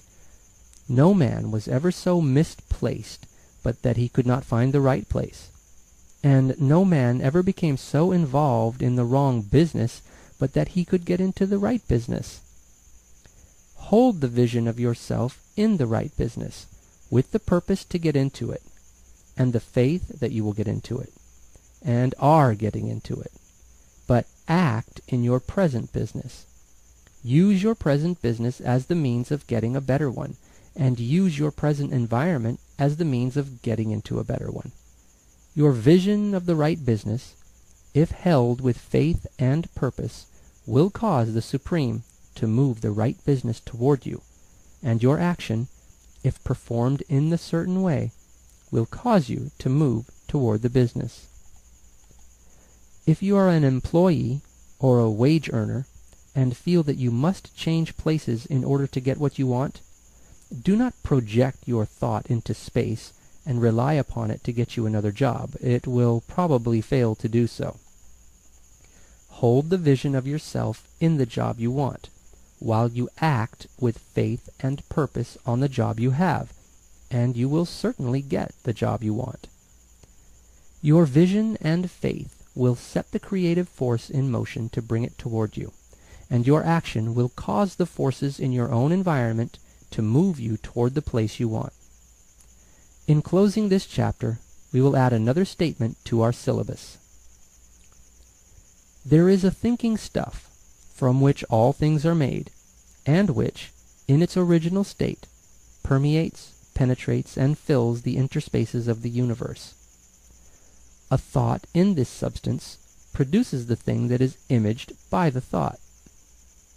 Man can form things in his thought, and, by impressing his thought upon formless substance, can cause the thing he thinks about to be created. In order to do this, man must pass from the competitive to the creative mind. He must form a clear mental picture of the things he wants, and hold this picture in his thoughts with the fixed purpose to get what he wants, and the unwavering faith that he does get what he wants, closing his mind to all that may tend to shake his purpose, dim his vision, or quench his faith. That he may receive what he wants when it comes, man must act now upon the people and things in his present environment. Chapter 12. Efficient Action. You must use your thought as directed in previous chapters, and begin to do what you can do where you are. And you must do all that you can do where you are. You can advance only by being larger than your present place, and no man is larger than his present place who leaves undone any of the work pertaining to that place. The world is advanced only by those who more than fill their present places. If no man quite filled his present place, you can see that there must be a going backward in everything. Those who do not quite fill their present places are dead weight upon society, government, commerce, and industry. They must be carried along by others at a great expense. The progress of the world is retarded only by those who do not fill the places they are holding. They belong to a former age and a lower stage or plane of life, and their tendency is toward degeneration. No society could advance if every man was smaller than his place. Social evolution is guided by the law of physical and mental evolution. In the animal world, evolution is caused by excess of life. When an organism has more life than can be expressed in the functions of its own plane, it develops the organs of a higher plane, and a new species is originated. There never would have been new species had there not been organisms which more than filled their places. The law is exactly the same for you. Your getting rich depends on your applying this principle to your own affairs. Every day is either a successful day or a day of failure, and it is the successful days which will get you what you want. If every day is a failure, you can never get rich, while if every day is a success, you cannot fail to get rich. If there is something that may be done today, and you do not do it, you have failed in so far as that thing is concerned, and the consequences may be more disastrous than you imagine. You cannot foresee the results of even the most trivial act. You do not know the workings of all the forces that have been set moving in your behalf. Much may be depending on your doing some simple act. It may be the very thing which is to open the door of opportunity to very great possibilities. You can never know all the combinations which supreme intelligence is making for you in the world of things and of human affairs. Your neglect or failure to do some small thing may cause a long delay in getting what you want. Do every day all that can be done that day. There is, however, a limitation or qualification of the above that you must take into account. You are not to overwork, nor to rush blindly into your business in the effort to do the greatest possible number of things in the shortest possible time. You are not to try to do tomorrow's work today, nor to do a week's work in a day. It is really not the number of things you do, but the efficiency of each separate action that counts. Every act is, in itself, either a success or a failure. Every act is, in itself, either effective or inefficient. Every inefficient act is a failure, and if you spend your life in doing inefficient acts, your whole life will be a failure. The more things you do, the worse for you, if all your acts are inefficient ones. On the other hand, every efficient act is a success in itself, and if every act of your life is an efficient one, your whole life must be a success. The cause of failure is doing too many things in an inefficient manner, and not doing enough things in an efficient manner. You will see that it is a self-evident proposition that if you do not do any inefficient acts, and if you do a sufficient number of efficient acts, you will become rich. If, now, it is possible for you to make each act an efficient one, you see again that the getting of riches is reduced to an exact science, like mathematics. The matter turns then on the question whether you can make each separate act a success in itself. And this you can certainly do. You can make each act a success because all power is working with you, and all power cannot fail. Power is at your service, and to make each act efficient, you have only to put power into it. Every action is either strong or weak, and when every one is strong, you are acting in the certain way which will make you rich.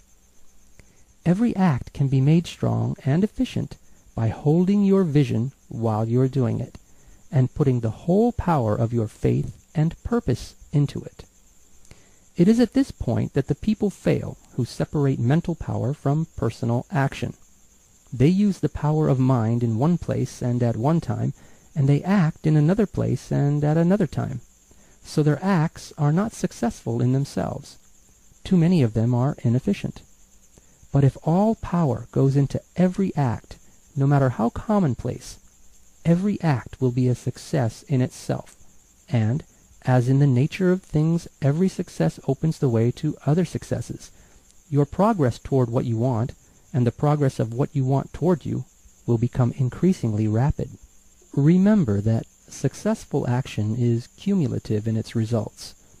Since the desire for more life is inherent in all things, when a man begins to move toward larger life, more things attach themselves to him, and the influence of his desire is multiplied. Do every day all that you can do that day, and do each act in an efficient manner. In saying that you must hold your vision while you are doing each act, however trivial or commonplace, I do not mean to say that it is necessary at all times to see the vision distinctly to its smallest detail. It should be the work of your leisure hours to use your imagination on the details of your vision, and to contemplate them until they are firmly fixed upon memory. If you wish speedy results, spend practically all your spare time in this practice. By continuous contemplation, you will get the picture of what you want, even to the smallest details, so firmly fixed upon your mind, and so completely transferred to the mind of formless substance, that in your working hours you need only to mentally refer to the picture to stimulate your faith and purpose, and cause your best effort to be put forth.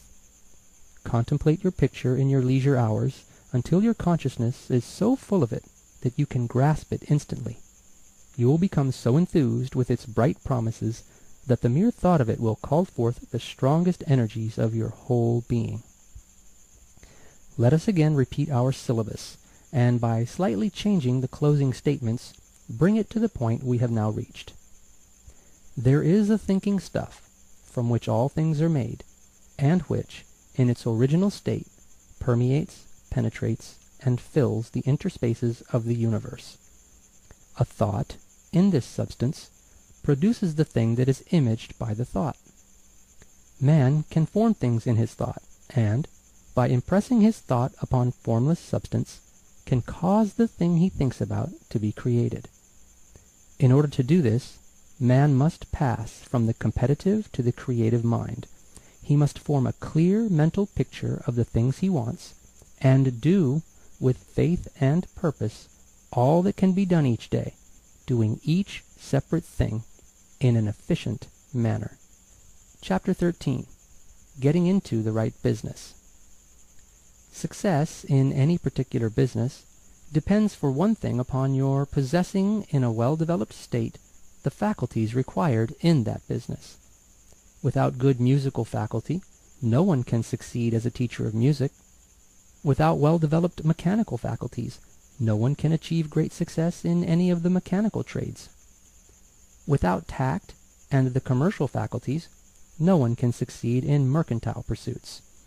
But to possess in a well-developed state the faculties required in your particular vocation does not ensure getting rich. There are musicians who have remarkable talent and yet who remain poor.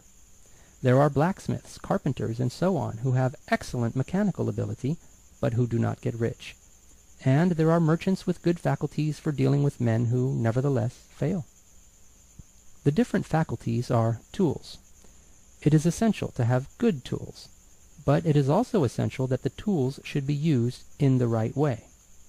One man can take a sharp saw, a square, a good plane, and so on, and build a handsome article of furniture.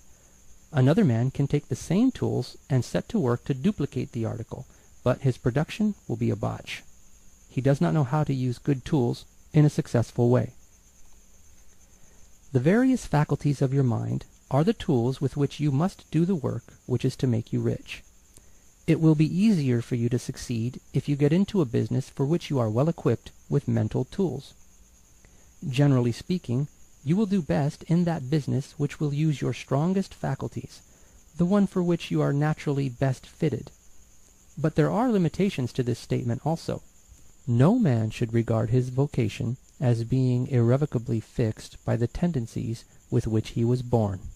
You can get rich in any business, for if you have not the right talent, you can develop that talent.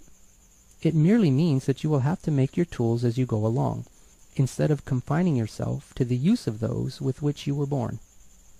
It will be easier for you to succeed in a vocation for which you already have the talents in a well-developed state, but you can succeed in any vocation, for you can develop any rudimentary talent, and there is no talent of which you have not at least the rudiment. You will get rich most easily in point of effort if you do that for which you are best fitted, but you will get rich most satisfactorily if you do that which you want to do. Doing what you want to do is life, and there is no real satisfaction in living if we are compelled to be forever doing something which we do not like to do, and can never do what we want to do. And it is certain that you can do what you want to do. The desire to do it is proof that you have within you the power which can do it. Desire is a manifestation of power.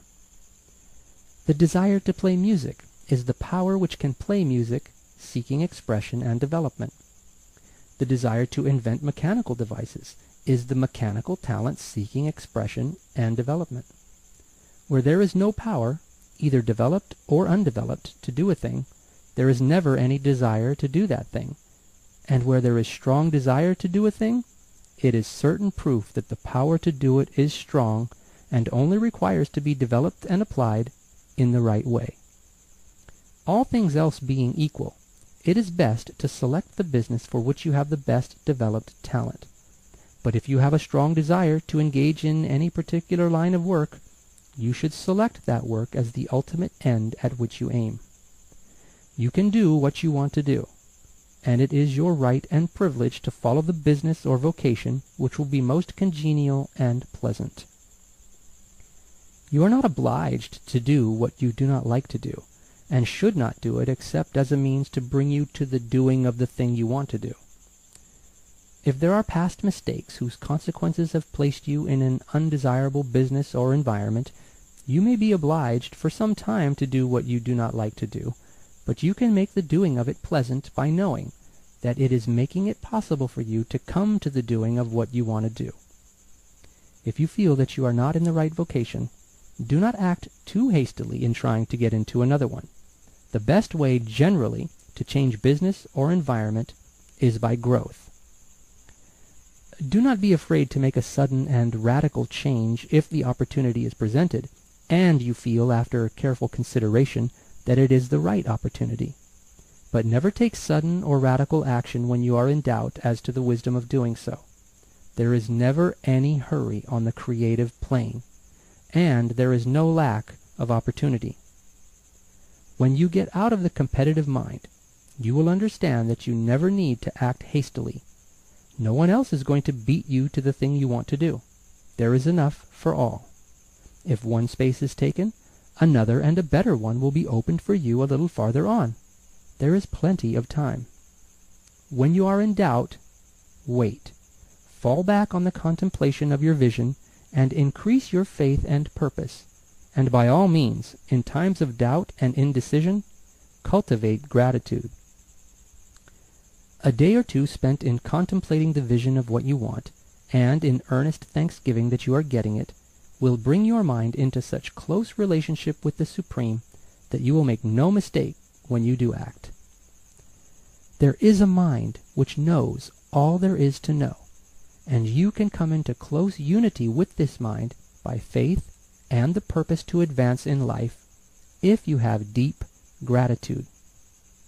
Mistakes come from acting hastily, or from acting in fear or doubt, or in forgetfulness of the right motive, which is more life to all and less to none. As you go on in the certain way, opportunities will come to you in increasing number, and you will need to be very steady in your faith and purpose, and to keep in close touch with the All-Mind by reverent gratitude. Do all that you can do in a perfect manner every day, but do it without haste, worry, or fear. Go as fast as you can, but never hurry. Remember that in the moment you begin to hurry, you cease to be a creator and become a competitor. You drop back upon the old plane again. Whenever you find yourself hurrying, call a halt.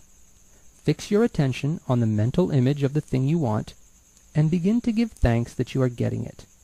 The exercise of gratitude will never fail to strengthen your faith and renew your purpose. Chapter 14. The Impression of Increase. Whether you change your vocation or not, your actions for the present must be those pertaining to the business in which you are now engaged. You can get into the business you want by making constructive use of the business you are already established in, by doing your daily work in a certain way. And insofar as your business consists in dealing with other men, whether personally or by letter, the key thought of all your efforts must be to convey to their minds the impression of increase. Increase is what all men and all women are seeking. It is the urge of the formless intelligence within them, seeking fuller expression. The desire for increase is inherent in all nature. It is the fundamental impulse of the universe. All human activities are based on the desire for increase. People are seeking more food, more clothes, better shelter, more luxury, more beauty, more knowledge, more pleasure, increase in something, more life. Every living thing is under this necessity for continuous advancement.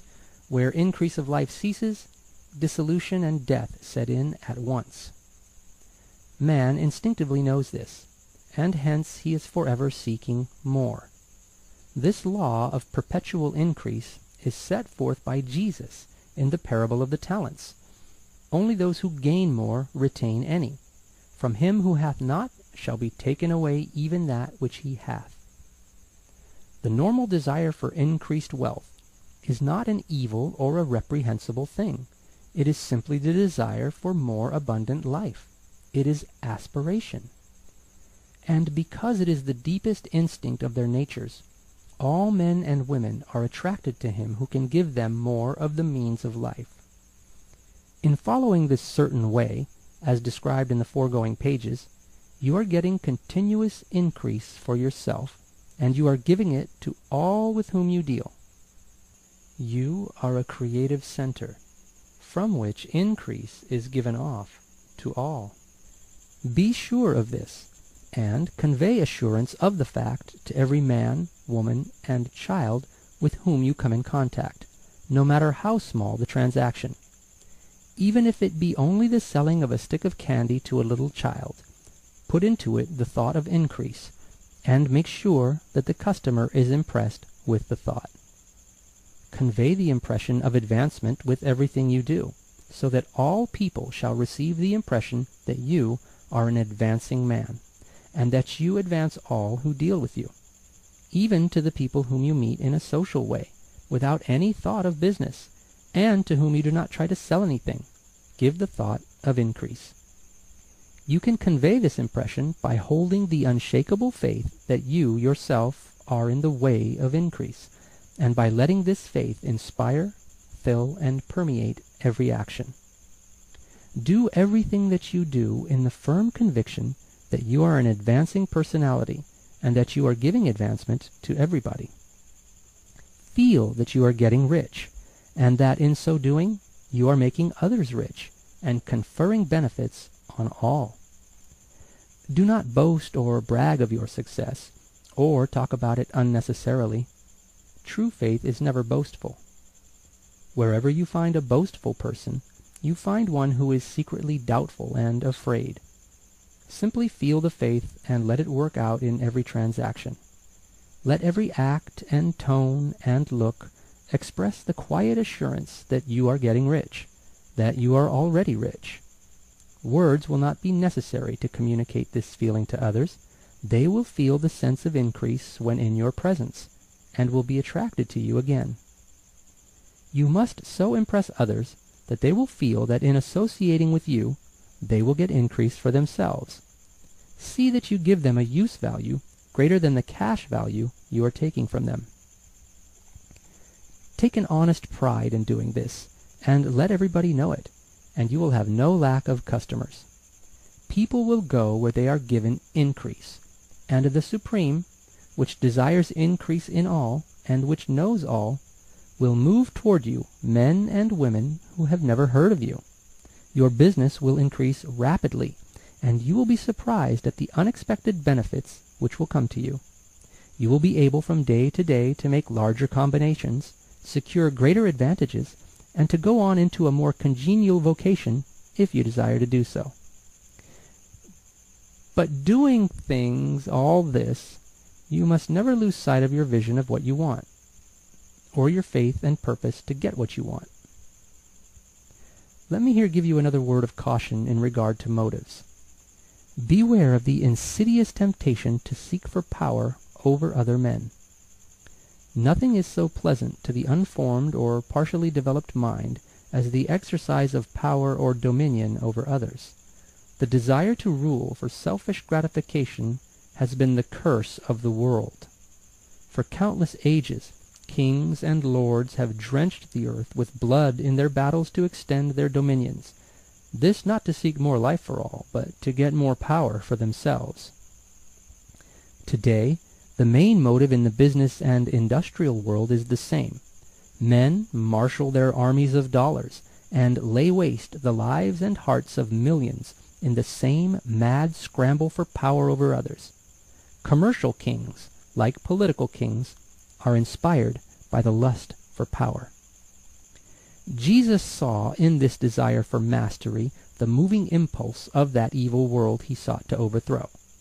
Read the 23rd chapter of Matthew, and see how he pictures the lust of the Pharisees to be called master, to sit in the high places, to domineer over others, and to lay burdens on the backs of the less fortunate. And note how he compares this lust for dominion with the brotherly seeking for the common good to which he calls his disciples. Look out for the temptation to seek for authority, to become a master, to be considered as one who is above the common herd, to impress others by lavish display, and so on. The mind that seeks for mastery over others is the competitive mind, and the competitive mind is not the creative one. In order to master your environment and your destiny, it is not at all necessary that you should rule over your fellow men, and indeed, when you fall into the world's struggle for the high places, you begin to be conquered by fate and environment, and your getting rich becomes a matter of chance and speculation. Beware of the competitive mind. No better statement of the principle of creative action can be formulated than the favorite declaration of the late Golden Rule Jones of Toledo. What I want for myself, I want for everybody. Chapter 15. The Advancing Man. What I have said in the last chapter applies as well to the professional man and the wage earner as to the man who is engaged in mercantile business. No matter whether you are a physician, a teacher, or a clergyman, if you can give increase of life to others and make them sensible of the fact, they will be attracted to you, and you will get rich. The physician who holds the vision of himself as a great and successful healer, and who works toward the complete realization of that vision with faith and purpose, as described in former chapters, will come into such close touch with the source of life that he will be phenomenally successful. Patients will come to him in throngs. No one has a greater opportunity to carry into effect the teaching of this book than the practitioner of medicine. It does not matter to which of the various schools he may belong, for the principle of healing is common to all of them, and may be reached by all alike. The advancing man in medicine, who holds to a clear mental image of himself as successful, and who obeys the laws of faith, purpose, and gratitude, will cure every curable case he undertakes, no matter what remedies he may use. In the field of religion, the world cries out for the clergyman who can teach his hearers the true science of abundant life. He who masters the details of the science of getting rich, together with the allied sciences of being well, of being great, and of winning love, and who teaches these details from the pulpit, will never lack for a congregation. This is the gospel that the world needs. It will give increase of life, and men will hear it gladly, and will give liberal support to the man who brings it to them. What is now needed is a demonstration of the science of life from the pulpit. We want preachers who can not only tell us how, but who in their own persons will show us how. We need the preacher who will himself be rich, healthy, great, and beloved, to teach us how to attain these things. And when he comes, he will find a numerous and loyal following. The same is true of the teacher who can inspire the children with the faith and purpose of the advancing life. He will never be out of a job. And any teacher who has this faith and purpose can give it to his pupils. He cannot help giving it to them if it is part of his own life and practice. What is true of the teacher, preacher, and physician is true of the lawyer, dentist, real estate man, insurance agent, of everybody. The combined mental and personal action I have described is infallible. It cannot fail. Every man and woman who follows these instructions steadily, perseveringly, and to the letter will get rich. The law of the increase of life is as mathematically certain in its operation as the law of gravitation. Getting rich is an exact science. The wage earner will find this as true of his case as any of the others mentioned. Do not feel that you have no chance to get rich because you are working where there is no visible opportunity for advancement, where wages are small and the cost of living high. Form your clear mental vision of what you want and begin to act with faith and purpose. Do all the work you can do every day, and do each piece of work in a perfectly successful manner. Put the power of success and the purpose to get rich into everything that you do. But do not do this merely with the idea of currying favor with your employer, in the hope that he, or those above you, will see your good work and advance you. It is not likely that they will do so. The man who is merely a good workman, filling his place to the very best of his ability, and satisfied with that, is valuable to his employer, and it is not to the employer's interest to promote him. He is worth more where he is. To secure advancement, something more is necessary than to be too large for your place. The man who is certain to advance is the one who is too big for his place, and who has a clear concept of what he wants to be, who knows that he can become what he wants to be, and who is determined to be what he wants to be. Do not try to more than fill your present place with a view to pleasing your employer. Do it with the idea of advancing yourself. Hold the faith and purpose of increase during work hours, after work hours, and before work hours. Hold it in such a way that every person who comes in contact with you, whether foreman, fellow workman, or social acquaintance, will feel the power of purpose radiating from you, so that everyone will get the sense of advancement and increase from you.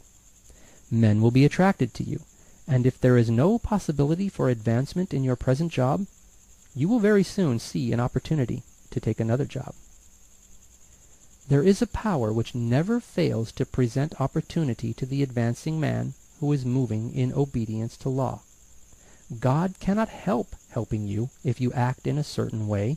He must do so in order to help himself.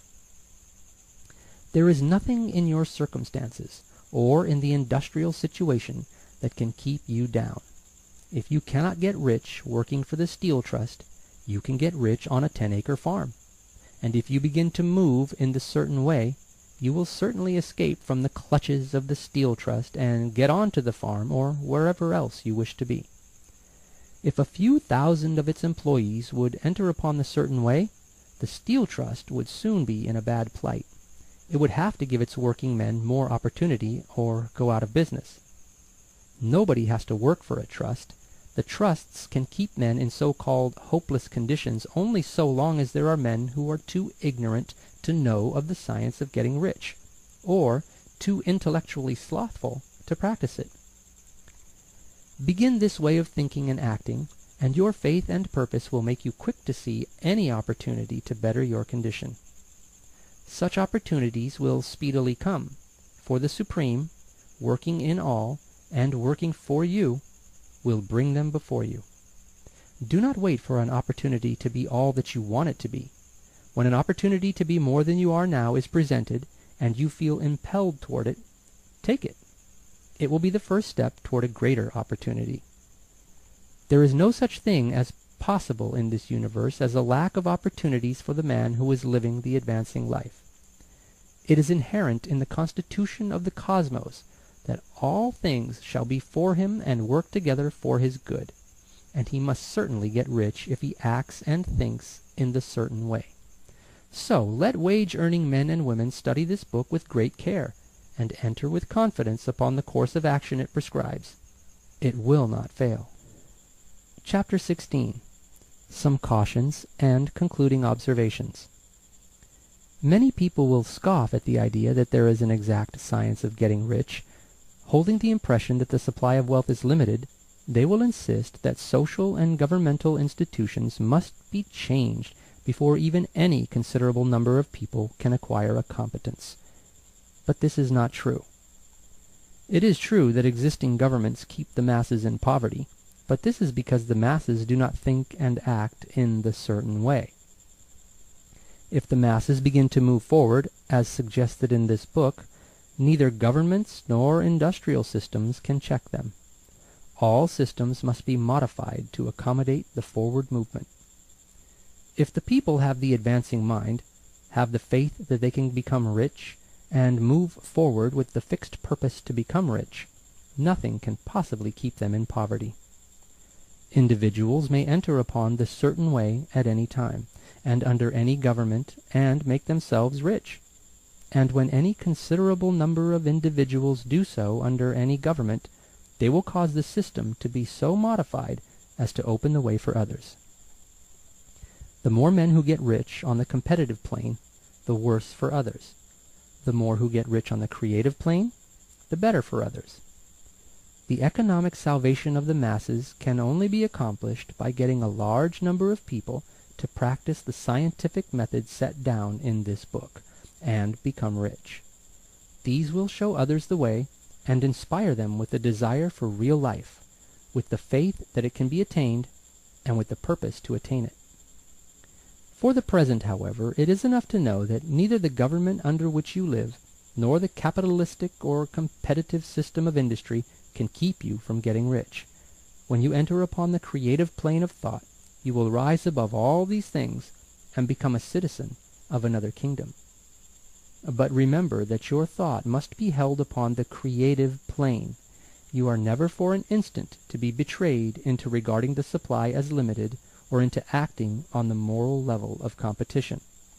Whenever you do fall into old ways of thought, correct yourself instantly, for when you are in the competitive mind, you have lost the cooperation of the mind of the whole. Do not spend any time in planning as to how you will meet possible emergencies in the future, except as the necessary policies may affect your actions today. You are concerned with doing today's work in a perfectly successful manner, and not with emergencies which may arise tomorrow. You can attend to them as they come. Do not concern yourself with questions as to how you shall surmount obstacles which may loom upon your business horizon, unless you can see plainly that your course must be altered today in order to avoid them. No matter how tremendous an obstruction may appear at a distance, you will find that if you go on in the certain way, it will disappear as you approach it, or that a way over, through, or around it will appear. No possible combination of circumstances can defeat a man or woman who is proceeding to get rich along strictly scientific lines. No man or woman who obeys the law can fail to get rich, any more than one can multiply 2 by 2 and fail to get 4. Give no anxious thought to possible disasters, obstacles, panics, or unfavorable combinations of circumstances. It is time enough to meet such things when they present themselves before you in the immediate present, and you will find that every difficulty carries with it the wherewithal for its overcoming. Guard your speech. Never speak of yourself, your affairs, or of anything else in a discouraged or discouraging way. Never admit the possibility of failure, or speak in a way that infers failure as a possibility. Never speak of the times as being hard, or of business conditions as being doubtful. Times may be hard, and business doubtful for those who are on the competitive plane, but they can never be so for you. You can create what you want, and you are above fear. When others are having hard times and poor business, you will find your greatest opportunities. Train yourself to think of and to look upon the world as a something which is becoming, which is growing, and to regard seeming evil as being only that which is undeveloped. Always speak in terms of advancement. To do otherwise is to deny your faith, and to deny your faith is to lose it. Never allow yourself to feel disappointed. You may expect to have a certain thing at a certain time and not get it at that time, and this will appear to you like failure. But if you hold to your faith, you will find that the failure is only apparent. Go on in the certain way, and if you do not receive that thing, you will receive something so much better that you will see that the seeming failure was really a great success. A student of this science had set his mind on making a certain business combination which seemed to him at the time to be very desirable, and he worked for some weeks to bring it about. When the crucial time came, the thing failed in a perfectly inexplicable way. It was as if some unseen influence had been working secretly against him. He was not disappointed. On the contrary, he thanked God that his desire had been overruled, and went steadily on with a grateful mind. In a few weeks an opportunity so much better came his way that he would not have made the first deal on any account, and he saw that a mind which knew more than he knew had prevented him from losing the greater good by entangling himself with the lesser. That is the way every seeming failure will work out for you, if you keep your faith, hold to your purpose, have gratitude, and do every day all that can be done that day, doing each separate act in a successful manner. When you make a failure, it is because you have not asked for enough. Keep on, and a larger thing than you were seeking will certainly come to you.